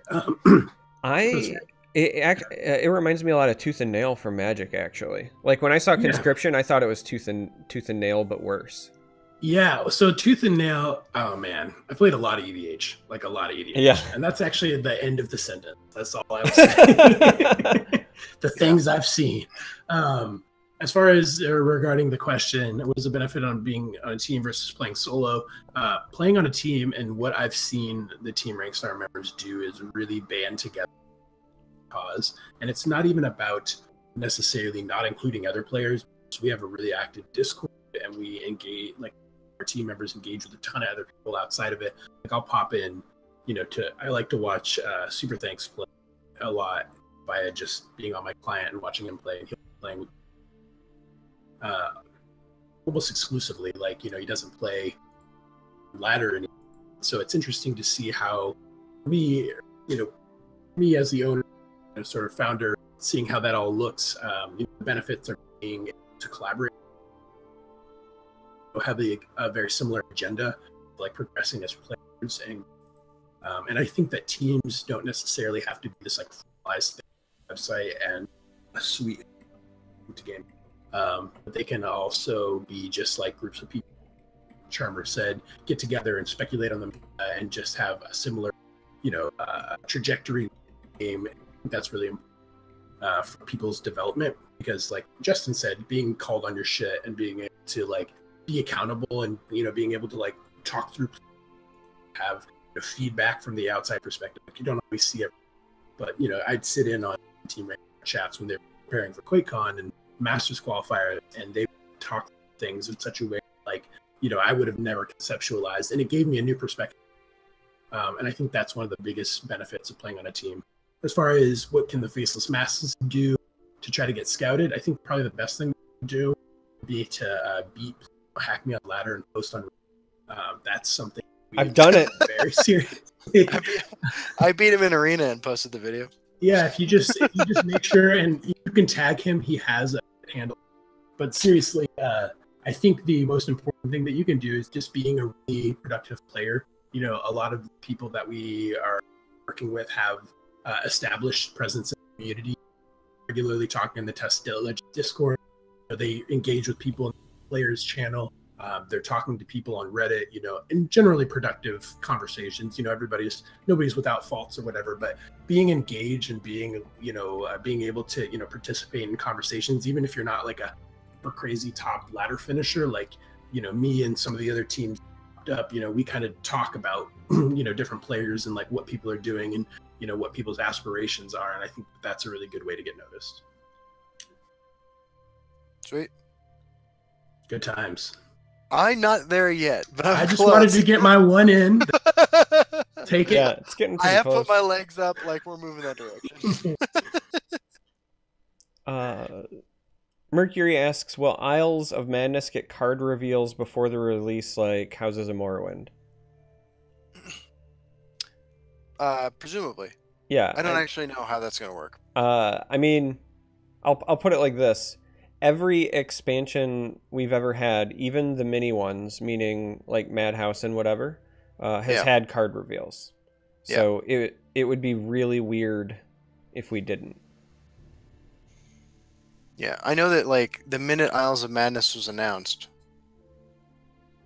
or honestly, I think it was probably before this, I sent CVH a message saying something like, "Hey man, I have an idea for how I want to reveal a card." Yeah, I would say it's a very strong likelihood. And You know, a way you can get noticed in the community too, and not to destroy his inbox, but we have a community manager for a reason. So if you want to be involved in something, reaching out to CVH or to Sean Baptiste is not an unreasonable idea. I know a lot of people get traction that way with Bethesda. Yeah, I do actually. Speaking to that, I want to say, you know, one of the things that people ask on a personal level fairly regularly about, you know, how to like progress with either their team or just like different ideas they have, is basically don't hesitate to like hit people up. Like, you know, worst they can say is no. And if you're not afraid of that, like that will carry you a long way. Most of what Team Rankstar is my, you know, shameless self-promotion / you know, hitting people up and just kind of having a dialogue with them. And I try to obviously be as, you know, not pushy as possible, but like I hit CDH up pretty regularly, and you know, he responds pretty regularly too. Not always, but he responds pretty regularly. I would have never had that connection had I just, you know, reached out to him on Twitter one day. The amount of shit this year alone, not even my life, this year alone, that I've got to do just because I decided to up and ask is kind of mind-blowing. Mm-hmm. Yeah. Can we tell that story? I think we can tell part of it. Here, I'll do like a very quick one. Obviously we went to PAX and Justin and I got to try Artifact. But the way that we got to try it was pretty unique because we were clearly there for Bethesda days, and so our time was very limited. Standing in line for like 5 hours was just not something we were going to be able to do. Originally that morning, my plan, since our event didn't start till like 2:30, my plan was to get up. The expo hall started at like 10. I was going to just get there before 10, get in line, go demo the game, and then be back in time for the Bethesda event. Like, that was the plan. What happened, though, was they were like, hey, that morning we have a rehearsal. And that was at like 10:30. We didn't get done with the rehearsal till 11:30, so we sprinted to the convention center, Justin, myself, and Glam Troll. And we get to where the Artifact section is, which actually took us a decent amount of time as well because of like the way the layout was and whatever. So like we didn't even find the Artifact section until like noon, right? At that point, there's a massive line. And there's somebody standing at the end saying we're not even accepting new people in the line until 12:30. So we all kind of like slump our shoulders and we're like, oh, you know, bummer. But we stand back because they were doing this like live casting thing and they were showcasing the game and they had huge monitors, and so we were like, hey, we can like watch the game a bit, check it out. And so we watch it for a bit and we're like, all right, let's go find something else to do. Let's go see what else we can do. And as we're walking away, we just pass by the exit. And I was like, hang on, I'm gonna ask some people some stuff. So I walked up and I asked some total, like, he's just like clearly a volunteer. They had these big like card cutout things you could put your face in and take pictures. And I was like, hey man, I'm a content creator. Yeah. They were handing out swag and stuff at this section we walked up. I was like, hey man, I'm a content creator and I'm on a panel and there's no way I'll be able to stand in line for this event as a result of my panel. Is there any way that I can talk to somebody about scheduling the ability to demo this? And so he was like, hold on. And he went and he walked away, and like 2 minutes later he brings a guy back, and like I introduce myself and Justin, and I, you know, give him like the speech and whatever. And so they scheduled a time. And so we were able to come back later that day. We got to like go through a sideline. I was able to take like camera footage. They referred to us as press. Yeah, they referred to us as press. Let us into the side. They had like a Valve employee basically sitting with us, answering all of our questions. Afterwards, I got to talk with some more Valve employees. A couple of devs on the game. One of them is pretty famous, well-known, Bruno. He was very nice. answered a bunch more of my questions, and that's about where the story will end. They gave us obviously free stuff that everybody got from the swag thing, but I had good talks with them, and I really enjoyed our demo, and yeah. That's I think as much of that story as we can tell right now. Good times. All right, I'm sure we got some more questions. Yeah, I'm let's catch up here real quick. Oh, what did Will do? He got purged. Oh, he was tried posting a link in my bot's dumb. Sorry, Will. All right, trying to spice things up in your videos, what has been your favorite creature for OTK, asks Grognak.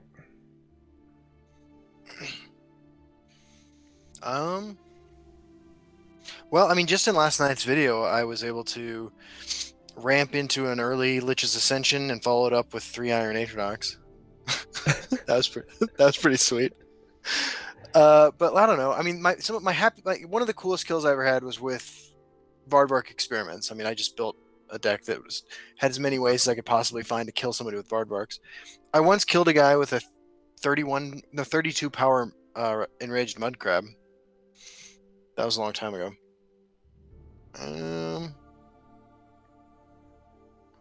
I've been having fun with Support Crusader with Volendrung, multiple activations in one turn. You can kill someone out of nowhere. That's a good one. Diabetes is gaining traction, I just saw in chat. I have type 1 diabetes. I have for 27 years. Yeah, that's a fun fact. Yeah. I don't know. I mean, like, the great thing about Legends is that, like, complain as everybody will, you know, myself included, about cards they don't like or cards they think are unbalanced. The game is like exceptionally well balanced in general. I have to say, like, I think it's been that way most of the time. And so, like, if you have a crazy idea, like, you can win a game with it on the ladder. Like, you may have to work for it a little bit, but you can make anything happen. It's not unrealistic. I once used the Nixox combo shell to pull out an army of charging, draining lowland trolls to kill a guy. Because, like, because I wanted to.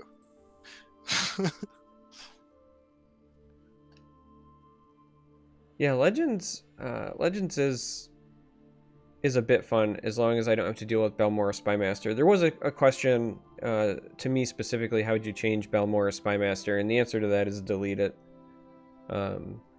Wait, do you just abhor that card? I hate Balmora Spymaster so much because it definitely it breaks. So my rule of thumb I was talking about earlier was like that D20 is just like my own like internal metric kind of, and Balmora Spymaster is the kind of card that not only shatters that, but like it even shatters it beyond Wabajack. Like Wabajack's a unique legendary, and technically Balmora Spymaster can produce more things because it can produce Ancient Giants, right? If Balmora Spymaster pops out in a ramped deck, it can create like 15/15s if that's your max Magicka. Hold on. Balmora Spymaster is not a D20. No, that's why I said it shatters it. No. We know how that card works. It's actually 2 dice rolls. We know specifically how that one works, but it's like it. And I guess my other problem with it is it's one of those things that it's not like it's the kind of card that like just gradually gets better over time. It's the kind of card that like it's a 2-drop that if I draw it on like turn 14 can do nothing, like a 2-drop probably should at that point, or can just outright win you the game, right? Like the swinginess of it is just far too wide for me. I'm not a fan. Balmora Spymaster is my least favorite card in the game. Did you ever play Hearthstone? Yeah, I did. Listen. Here's the thing. I hate Balmora Spymaster more than I hate Yogg-Saron. And here's why. When I play Yogg-Saron and I know I'm going to get like 20 free spells, at least in my head I can justify that with, yes, it's a random win, but it's a random win because I just put so much like value into I'm going to get all of this free shit that it makes sense, right? Like if you roll enough, you're going to get something. Balmora Spymaster is one time but it fucks you every time. I hate that card. I feel like, so my experience with Yogg, or at least recent experience with Yogg, which has been a while, Yogg will do something cool, and you'll start doing cool stuff, and then he'll discard my hand and kill himself, almost exclusively.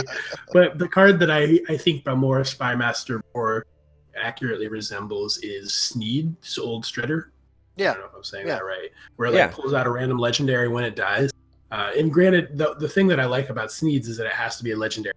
It was restricted to not quite a D20, but like not as much range as a Spymaster. And I think that that's the type of effect personally that I would like totally love to see, is something that pulls out a random legendary, you know, specific or random specific type of card, even though that's the RNG that a lot of people, you know, play Tessel to avoid. I love that card. Yeah, so I gotta ask you a question. Man. Are you a fan of Dane, who plays Hearthstone? Yeah, Dane. Yeah, I like Dane. I still watch his shit. I haven't played Hearthstone in years. I'm a huge fan of his YouTube channel, and I just bring that up because he plays Wild and loves Sneeds. Yeah, he's he's one of the reasons they got engaged with the Wild community. It was him and Control the Board were like two of the big Wild people back when I was playing a lot of Hearthstone. And yeah, I think Sneeds is like, I think it's more balanced than Balmora because card pool, and like again, 20% of the time you hit nat pay. Yeah, doesn't Sneed like doesn't that thing cost like 8 or something though too?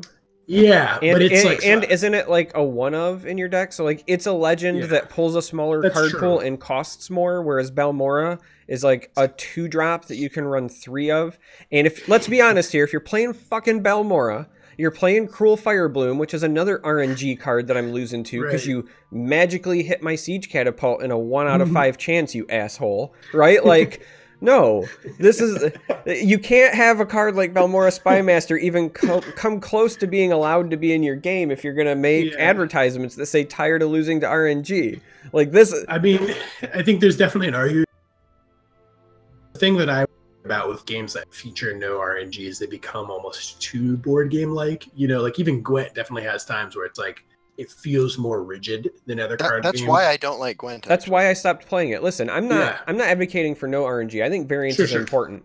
There's actually, you know, I hate to beat the artifact bush, but that subreddit likes to blow up over, now that PAX footage was out, they've realized that creep spawns have this like 25% chance to attack something not directly across from it. And initial lane placements are random, and there's some variance in it, right?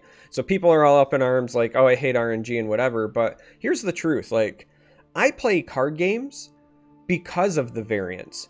Like, to me, a card game is something that says, I know to a reasonable extent what to expect, but it's going to be different every time, and the skill comes from mitigating the risk and adapting to the new board situations. If I don't have variance, then I don't feel like I'm rewarded for that adaptation. That's what I enjoy.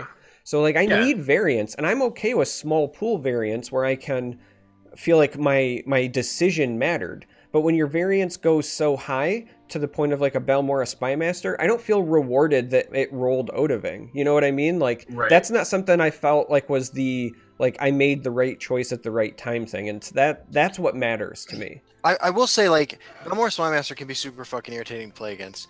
I think that you can do that sort of effect really, really well without like making it too much different. I think that Desperate Conjuring is actually one of the best designed cards in Legends. I'm gonna go Desperate Conjuring. Yeah. See, this is how I know you are. I have no idea what that card does. And you're like, this is the best. It's a 3-cost card. You sacrifice a creature, and it spawns a random one that costs 2 more than it. Oh, so it's like an unstable level. Or yeah, gotcha. You can move up the chain.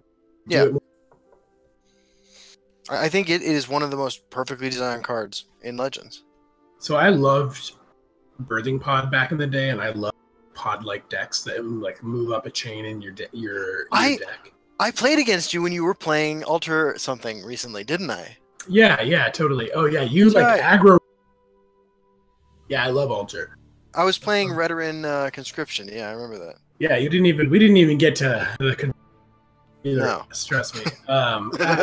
Charmer, what kind of Magic did you play when you played Magic? Were you mostly a standard guy or like a limited? I mean, I played anything that I could get my hands on. My two favorite formats were Standard because of the smaller pool, and then like any limited format, Draft and Sealed. I soaked them up, but like I played in a couple of, I'm gonna date myself when I say Type 1 here, right? But like I played in a couple of other tournaments and things like that. But Standard was always nice for me because it was a smaller card pool, and the truth is, it was also the best format for brewing, in my opinion, because when a new set would launch, like my favorite tournaments to compete in were always the local states and regionals. Specifically, states was usually after a new block launched, so you'd got your first big set in a block, and states was the first always big tournament after that happened. So like brewing for states was the most fun I ever had year after year, because it's a small pool. But because it's a small pool of cards, the new set has a greater impact on what you play. A new set is going to only likely have like one or two cards that even sees play in like modern or extended or vintage, or you know what I mean? Whereas in standard, the new set likely has a huge impact. And so now like brewing for the Mirrodin states and the Mirrodin regionals, when that came out, brewing for the Ravnica states and the Ravnica regionals when that block was out, like that was some of the most fun I ever had. Playing Dragonstorm in standard, like figuring out how to make that work. Like I mean, that's what I enjoyed. So I will argue, not even in the sense that I'm necessarily arguing or even disagreeing in that, standard's really great for brewing. I think your point is completely accurate, but as a like mostly exclusive legacy player, one of the things that I really like about that format is that it's so wide open. There's so many options for you, and then as new cards get printed, they can completely like birth new archetypes. I mean, I think specifically of Gristlebrand, because when Gristlebrand was printed, all of a sudden Sneak and Show became a thing, and Blue Black Reanimator looked vastly different, and Tin Fins became a thing, and like all these different archetypes. And World Gorger, I remember that. World Gorger, World Gorger. If someone World Gorger unas me into oblivion, they deserve that match. That is totally. If you mill me and turn all of my cards into fairies, and I just lose in my upkeep, that's fine, or in my draw step. But I play. So just to give you a little bit of context, I play right now. In Legacy, and then I play Big Priest, which is like a Reanimator package in Hearthstone. That's like those are the type of decks I enjoy, and I like those big, sort of fatty things. But it's interesting, every time there's a new set, there's always a potential new tool for like decks in Legacy, and that's one of the things that I think makes brewing very capable in that format. Yeah, I like that it is more wide open. I will definitely say that like whenever I would play in vintage / Type 1 tournaments,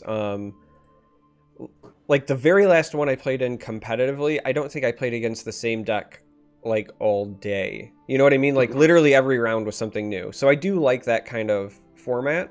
But I just really enjoyed the brewing before states and regionals back when I was playing. Like that was... basically, those were my two, like I would play in PTQs and things, but like those were my two tournaments that I was the most excited for every time. And then any time that GPs came up that were sealed, like I remember I drove, I don't know, it was like 6 hours or something to Indianapolis to play like 9 hours in a sealed GP once. Good Lord. And then I got held out of the day 2 cuts by losing in the last round to a judge messing up. And I remember just fuming for my 6 hours home, like the entire time. Like I was so angry. I probably have like, So that's one of the things I really love about. There's no cheating, bro. There's no cheating. There's no gaming the system. There's no. Yes. There's no 2 explorers. There's no. Tell that to Emissary's Disguise. Emissary's. Oh yeah, that did happen for a while. Oh, our good friend Kassedin was rocking that on the ladder. Oh, okay. So there's limited cheat, significantly less options for human error to occur. So like a judge call, like the thing about judge calls is it's like judge calls are in the eye of the beholder. They try to make them very objective, but I've had 2 different judges in the exact same scenario say a different thing when I like pulled them apart, and so I think that there's like that margin for error, and that's again one of the things that really appeals to me about Text Legends is like if I want to sit down and play a long day of, you know, quote unquote competitive conscription, essentially, I don't have to ask, you know, anybody for judge call or have any sort of interaction that could potentially lead to me getting a unwarranted game loss or anything.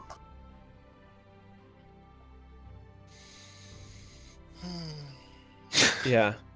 Good times. I know, dude. We're at that. All right. Yep, we're hitting that part. Justin's fade. Yeah, it's been 2 hours. This is a good one. I mean, This has been a good one, man. This has been a good one. Yeah, I'm just catching up on chat here, making sure we're not missing questions. We'll do the last call, so if you guys still have stuff, get it in now before Justin passes out. Woo! I'm scrolling through. Chat's been very active, so it's making the scroll longer, but that's not a bad thing. We love it when chat's active, so thank you guys. And lots of Magic talk as we talk about that. I don't envy judges. I definitely don't envy. Yeah. No. You know, people angle shoot and people do weird things a lot in Magic, and see it all the time. And I see these judges get putting in these really tough situations. Oof. Listen, I don't envy judges, but after seeing, like, it's not the judge's fault that Wizards has such a low barrier to entry for certain judges, but after seeing some judges make some boneheaded moves, like a buddy of mine once had a judge called over and the person was asking, and if this was during Odyssey block at that pre-release, was asking if the elephant token was a permanent, and the judge had to go consult another judge, and I was like, what the fuck? You know, like, and then that GP one, like, specifically the thing that hosed me out was this dude was trying to attack, it was some giant artifact creature, I forget what it was at the time, and I said, like, in response, and I was gonna play Shatter, right? He calls a judge over and says that I passed priority, and then after he was playing a giant growth on it, said, or whatever, or like after damage was about to be done, that like I was then trying to play the Shatter, basically trying to say like I was doing it after I realized I was gonna die.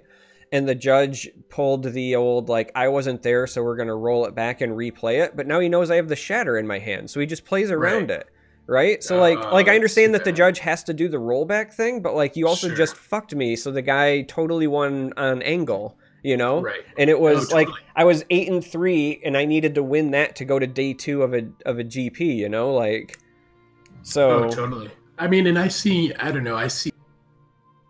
you know, crap on MTG or players or whatever, but I see people who I respect. One of the things that turned me off a little bit from Magic and really made me get more into digital card games is I would see people who I had a lot of respect for. Even some of my friends do like angle shooting things, and that's never what Magic or card games have been about for me. Like, I do like winning, but I'm also very community driven and very like much about, you know, being respectful and being inclusive, and seeing people do stuff like that, it can be really alienating, and like it can be really, like, in my opinion, bad for the community. So although your situation is not angle shooting at all, but like angle shooting is one of those things that I speak out very heavily about. And if I see people, I call them on it, because although it's, you know, a legal thing they can do, I've seen people ask the most loaded questions to people who maybe haven't had as much competitive REL experience, and, you know, maybe are under the pressure and maybe, you know, might answer improperly. And that's just like wrong. I had one guy try to angle shoot me at a Magic tournament once. I had this old nervous tick that I had to train out of me after this dickhead did this. I used to have my hand on top of my library, and I would casually drag my thumb, not even like hard, right? Just casually drag my thumb up the side, right? Because I liked the texture of the cards in the sleeves. And a guy called a judge on me saying that I was trying to flip the cards up so that I could see the cards in order in my deck and the reflection of the sleeves I was using. And they were matte sleeves, mind you. But that was literally what he called the judge on. So I had to train myself into a new nervous habit. So, like, I had that. The only angle shoot I've ever, like, respected, and I'll admit I'm biased because it was my buddy that was doing it, but part of my playtest group, I had this friend named Zach. And during Onslaught Block, we went to a standard tournament, and he was playing Goblins, right? And his angle was, at the start of every match, when he would sit down, he would shake his hands, introduce himself with the opponent, and he would say, "Hey, I haven't played since Ice Age, so I apologize ahead of time if I have to take time to read cards and stuff." Savage. And he had opponents, like, reading the cards they played to him Oh my right? god! And the dude's a total shark, but he basically had people like teaching him how to play until he was like the 6-0 table. At which point, people were like, "No, fuck you, guy. We figured it out." But like the fact that he had people like helping him beat them, and he's playing like Goblin Pile Driver nonsense was just cracking me up inside, you know? Okay, so that's pretty amazing. I mean, I guess there's definitely.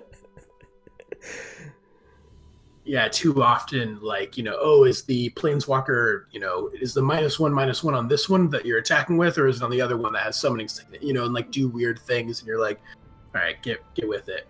That's pretty amazing. Also, hats off to goblins. We've recently seen a little bit of goblins back in the legacy format since Deathrite Shaman's been banned, and so happy to see more of that.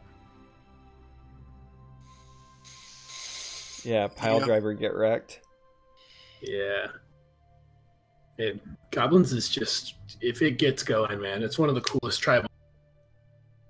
I will say this: I love watching Magic content on the internet. I love watching like people play competitive level Magic, but I prefer to watch it. My favorite way to watch Magic content is in the MTGO client. Wow, you are one of a very small crowd. This is a guy. Hear me out. Who, when he goes to Reddit on his phone, uses the browser and not any sort of app whatsoever. Like, literally goes and uses the desktop version in his browser on his phone. So, I just want that to be known when he says this. Oh, yeah. Look, I can understand what's going on. Like, it's clean. Okay. It is clean. I mean, again, that comes down to nobody's messing anything up. Like, you're prompted at every decision tree, so it's like, the amount of human error that can occur. Okay, I can respect that. I will say too, like, this was my problem with Magic Arena, right? Like, and it's one of the it actually made me appreciate Eternal more. Like, playing Magic Arena, you realize kind of how clunky Magic is when you're staring at a board that reminds you of Hearthstone, right? Mm-hmm. And like Eternal did a good job of eliminating all that stuff from that kind of game. Yeah, I think the Eternal UI, the thing that I like the most, really streamlines it and optimizes it for the digital space in such a way that's like unique to it. Like MTGA is definitely doing a decent job at emulating that, but it will never be as smooth and polished, in my opinion, as the way that Eternal feels. And that's one of the things I really like about the game, is that it super scratches that itch, but also I can't play without Brainstorm at this point if I'm playing with lands, because like I've flooded and screwed so much, and it's insane. Yeah. Yeah. Well, I mean, that is, of course, like my biggest problem with like that kind of resource system in general, right? Is that like sometimes you just don't get to play. Listen. Yeah, it's the amount of non-games is insane. I loved to play a lot of combo and control, and I'll admit that I used to be that scumbag that back when like land destruction was viable in standard, I usually played some form of that if it was available. Like I was that guy that was like turn 1 birds into Stone Rain into Plow Under, or like like Tribelder into Solemn Simulacrum into Death Cloud for 3 when they have 3 lands and I have 6, you know, GG. Right. But a lot of that was also because like I got so tired of getting fucked by lands one way or the other that I just wanted somebody else to feel my pain. Oh, totally. So I played Legacy. That was my like most winningest deck or whatever. And it sometimes feels really good to do nothing but, and you know, it's so hard for your opponents to interact with. But I also, speaking to the MTGO client, I played Ad Nauseam and MTGO, and that was an insane, and also Storm, and those were insane decks to play on Modern or on Moto. Like it took a lot of manual dexterity. It was very similar to Nick. You needed to be able to like do all of your stuff in like a reasonable amount of time, you know, and not misclick, because a misclick could just cost you the game basically. Yeah, that's fair. I think I'm not sure if we have any more questions. We did a last call, but I haven't seen anything. This is a top 5 show for me, I think. This felt good. Yeah, this was good. This was much needed after a long week.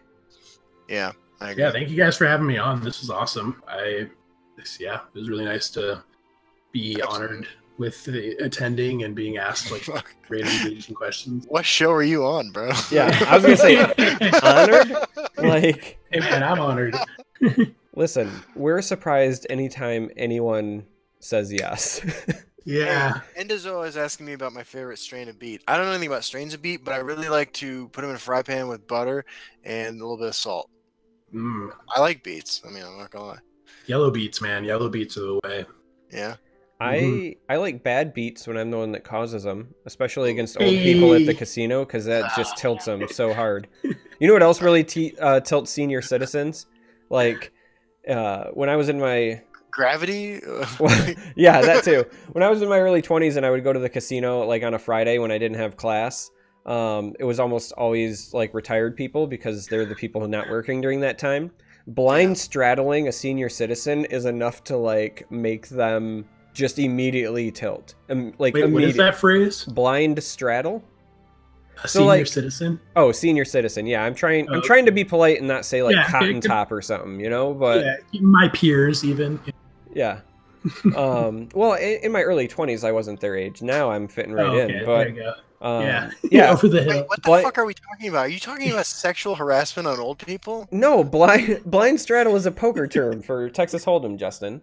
Bro, So- I've played a ton of Texas Hold'em. I've never said blind straddle. So- if I say that kind of thing to a guy in prison where I learned to play poker, I get fucking shanked. Yeah, well, that's because Yeah. you played in prison, so you weren't going to say blind straddle. Blind straddle Right. is Hello, good sir. I'd like to blind straddle you. So- Like, Yeah. So if you hey. play Texas Hold'em, right, there's like a small blind and a big blind, and if you're the person to the left of the big blind, you can take the next raise, and it's called a blind straddle because you're doing it before you've even seen your cards, right? So if you Okay, do that before you see your cards, then you also take Okay. you take decision making from them. So if for the people who think that they're going to get like a quote unquote free hand, which a lot of those frugal senior citizens like to think when they have the big blind, not only are you saying like your hand's not free, but also they don't have like the check raise thing at the end of the first round. So like it just really, like I used to get people who would get angry the first time I would do it. They would get up and go to a different table, right? Yeah. And when you're in your early 20s, there's no greater entertainment than making people angry. You know, now as a responsible adult, like I won't necessarily do it, but now I feel like I've definitely been the youth harassing the elderly, or and maybe in not so specific terms, but now when I go to a Magic tournament, I play against like a youth and I'm being harassed. I'm like, this is just karma. Yeah. Being a shithead when I was a kid. Yeah, listen, I know that what I was doing was an asshole move, and I wouldn't do it now, but back then, like, it was pretty funny. Zenith Dragon asks, did I follow them to the new table? So the casino that's closest to me, the way that it works is like you have to put your name on a list and then they assign you to a table. So this is also why they were angry. For them to change tables, they had to like get up, get their name back on the list, wait for their turn again to get placed. So basically they were saying like, I'm more willing to spend a half hour waiting to play again than I am to sit next to this dickhead. You know? Like, just get me away from him. Yeah, so like I didn't follow him because I didn't want to go like sit through the wait. I just, put whatever the new porcel was through hell who got stuck next to me. Good for you. One of the most, sort of in a similar vein, one of the most tilting things that I had happen to me like not that long ago is I was playing in a modern tournament, Modern Magic, and I was playing Scape Shift, and I'm like feeling pretty good about things, and the kid like is like frantically trying to unsleeve his Soul Sisters deck and re-sleeve his like Naya Zoo deck, but he like can't get it happening fast enough, and so like I'm playing against him round one, and so he just kind of like discards the sleeves and plays his Naya Zoo deck like with no sleeves, and it's just like riffle shuffling. I was just gonna say, people who bridge with no sleeves, dude, and he's just jamming his cards together and beats the ever loving shit out of me. Like I didn't have a chance, and I was just tournament. Go home now. Like I deserved that. That was very humbling, and I'm gonna play Test Legends. Yeah. Oh man, that would tilt me so hard. Oh yeah, I was like horizontal when I walked. My girlfriend instantly knew. She didn't even knew, and I'm like, oh my god.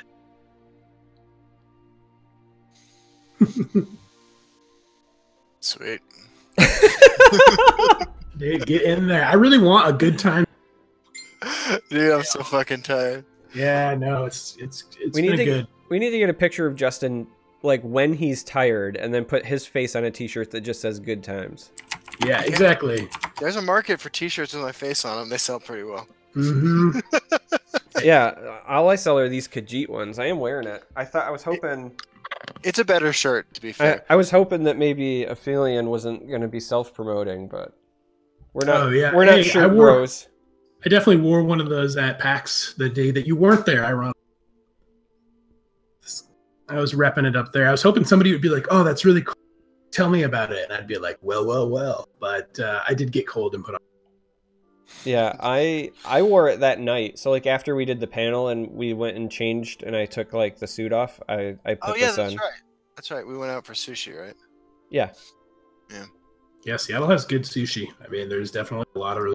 They also have good tempura ice cream. Yeah, I was gonna say 3 of the 5 of us were vegetarians there, so. Yeah, I don't eat fish either, so it's definitely not. Can That's funny. Very hungrily at it. Yeah.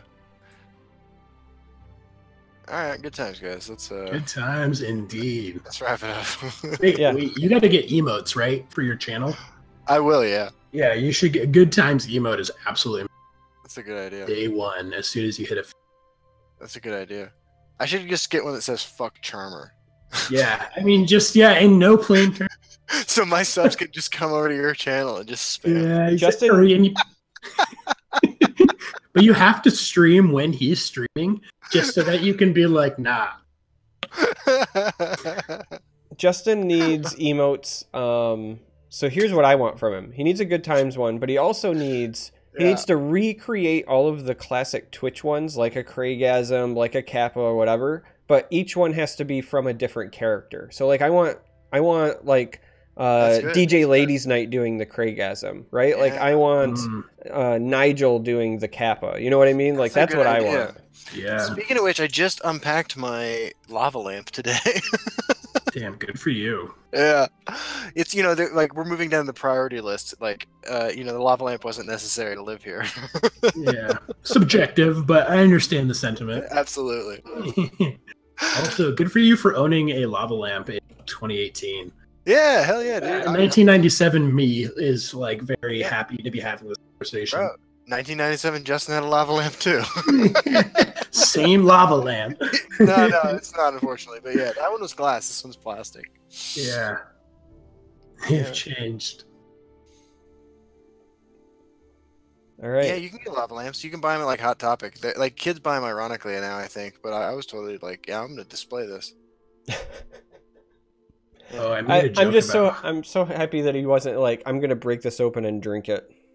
No, you know what though? One time, I was under the influence of some stuff, and we were hanging out. We had a bunch of those glow sticks, and the box we got them from said non-toxics. We're like, all right. So we broke them. We shook them so they start glowing, and we broke them open. And then we like poured it in our mouths so that like when we went out to a club, and we're like, we're gonna open our mouths and they're gonna be glowing, and it's gonna be hilarious, right? So like. I don't know why we thought this was a good idea, but like we're really high, and like we're like halfway to this fucking club. We're in Lawrence, Kansas, and like the guy driving Patrick's like, fuck. He like pulls over and just like vomits out the car window, right? Because like even though it's not toxic and we weren't gonna die, it was like also just like not digestible, right? Like there's apparently not like a lot of overlap there. So like it turned like eventually we like within like 20 minutes we were all just like horribly sick, like stomachs like convulsing almost. It was absolutely atrocious. So don't consume that stuff, guys. Yeah, it sounds. I mean, that's probably in combination. You had ingested that. Yeah, I mean, I was rolling my nuts off. Like it was bad. Yeah. Was it? Was it glowing though? Yeah, our vomit was glowing. Yeah. Good for you. Yeah. So now I have this like weird desire to create a glow in the dark Jackson Pollock painting and then just take photos of it or something. Well, there's several prototypes on the ground of Lawrence, Kansas, like 12 years ago. Yeah, Tide Pods will wash that out. Oh, that's man, people these days. So after being at PAX East, we were told not to talk about Tide Pods on stage, and when I got back that day, I got back to Colorado. I was wearing the Bethesda Days T-shirt and Bethesda Gameplay Day or whatever it was T-shirt, and I took a picture of myself like with a big thing of Tide at a fucking Target, like I'm drinking it, and I tweeted it out. Good for you. You're like, this isn't officially me speaking about it at PAX. Yeah. Our podcast has never been officially sponsored, but if it ever was, I really want it to be Tide. Not only because of the Tide Pod jokes, but also because they did that Super Bowl marketing thing where they went through everything, and then at the end they were always like, no, this is a Tide ad. And I just want once to do a podcast and at the end go, actually, this was a Tide ad. Yeah. By the way. Absolutely. All right. All right, well, Time questions to are all be good, caught gentlemen. up. Justin said good times a few times. Yeah. Mhm. Who wants to say the closing? What's the closing? See y'all on the ladder. Oh, I like it. See you on the ladder. If you're like 9 to 7 a month, that's where I'll be hanging out. Absolutely.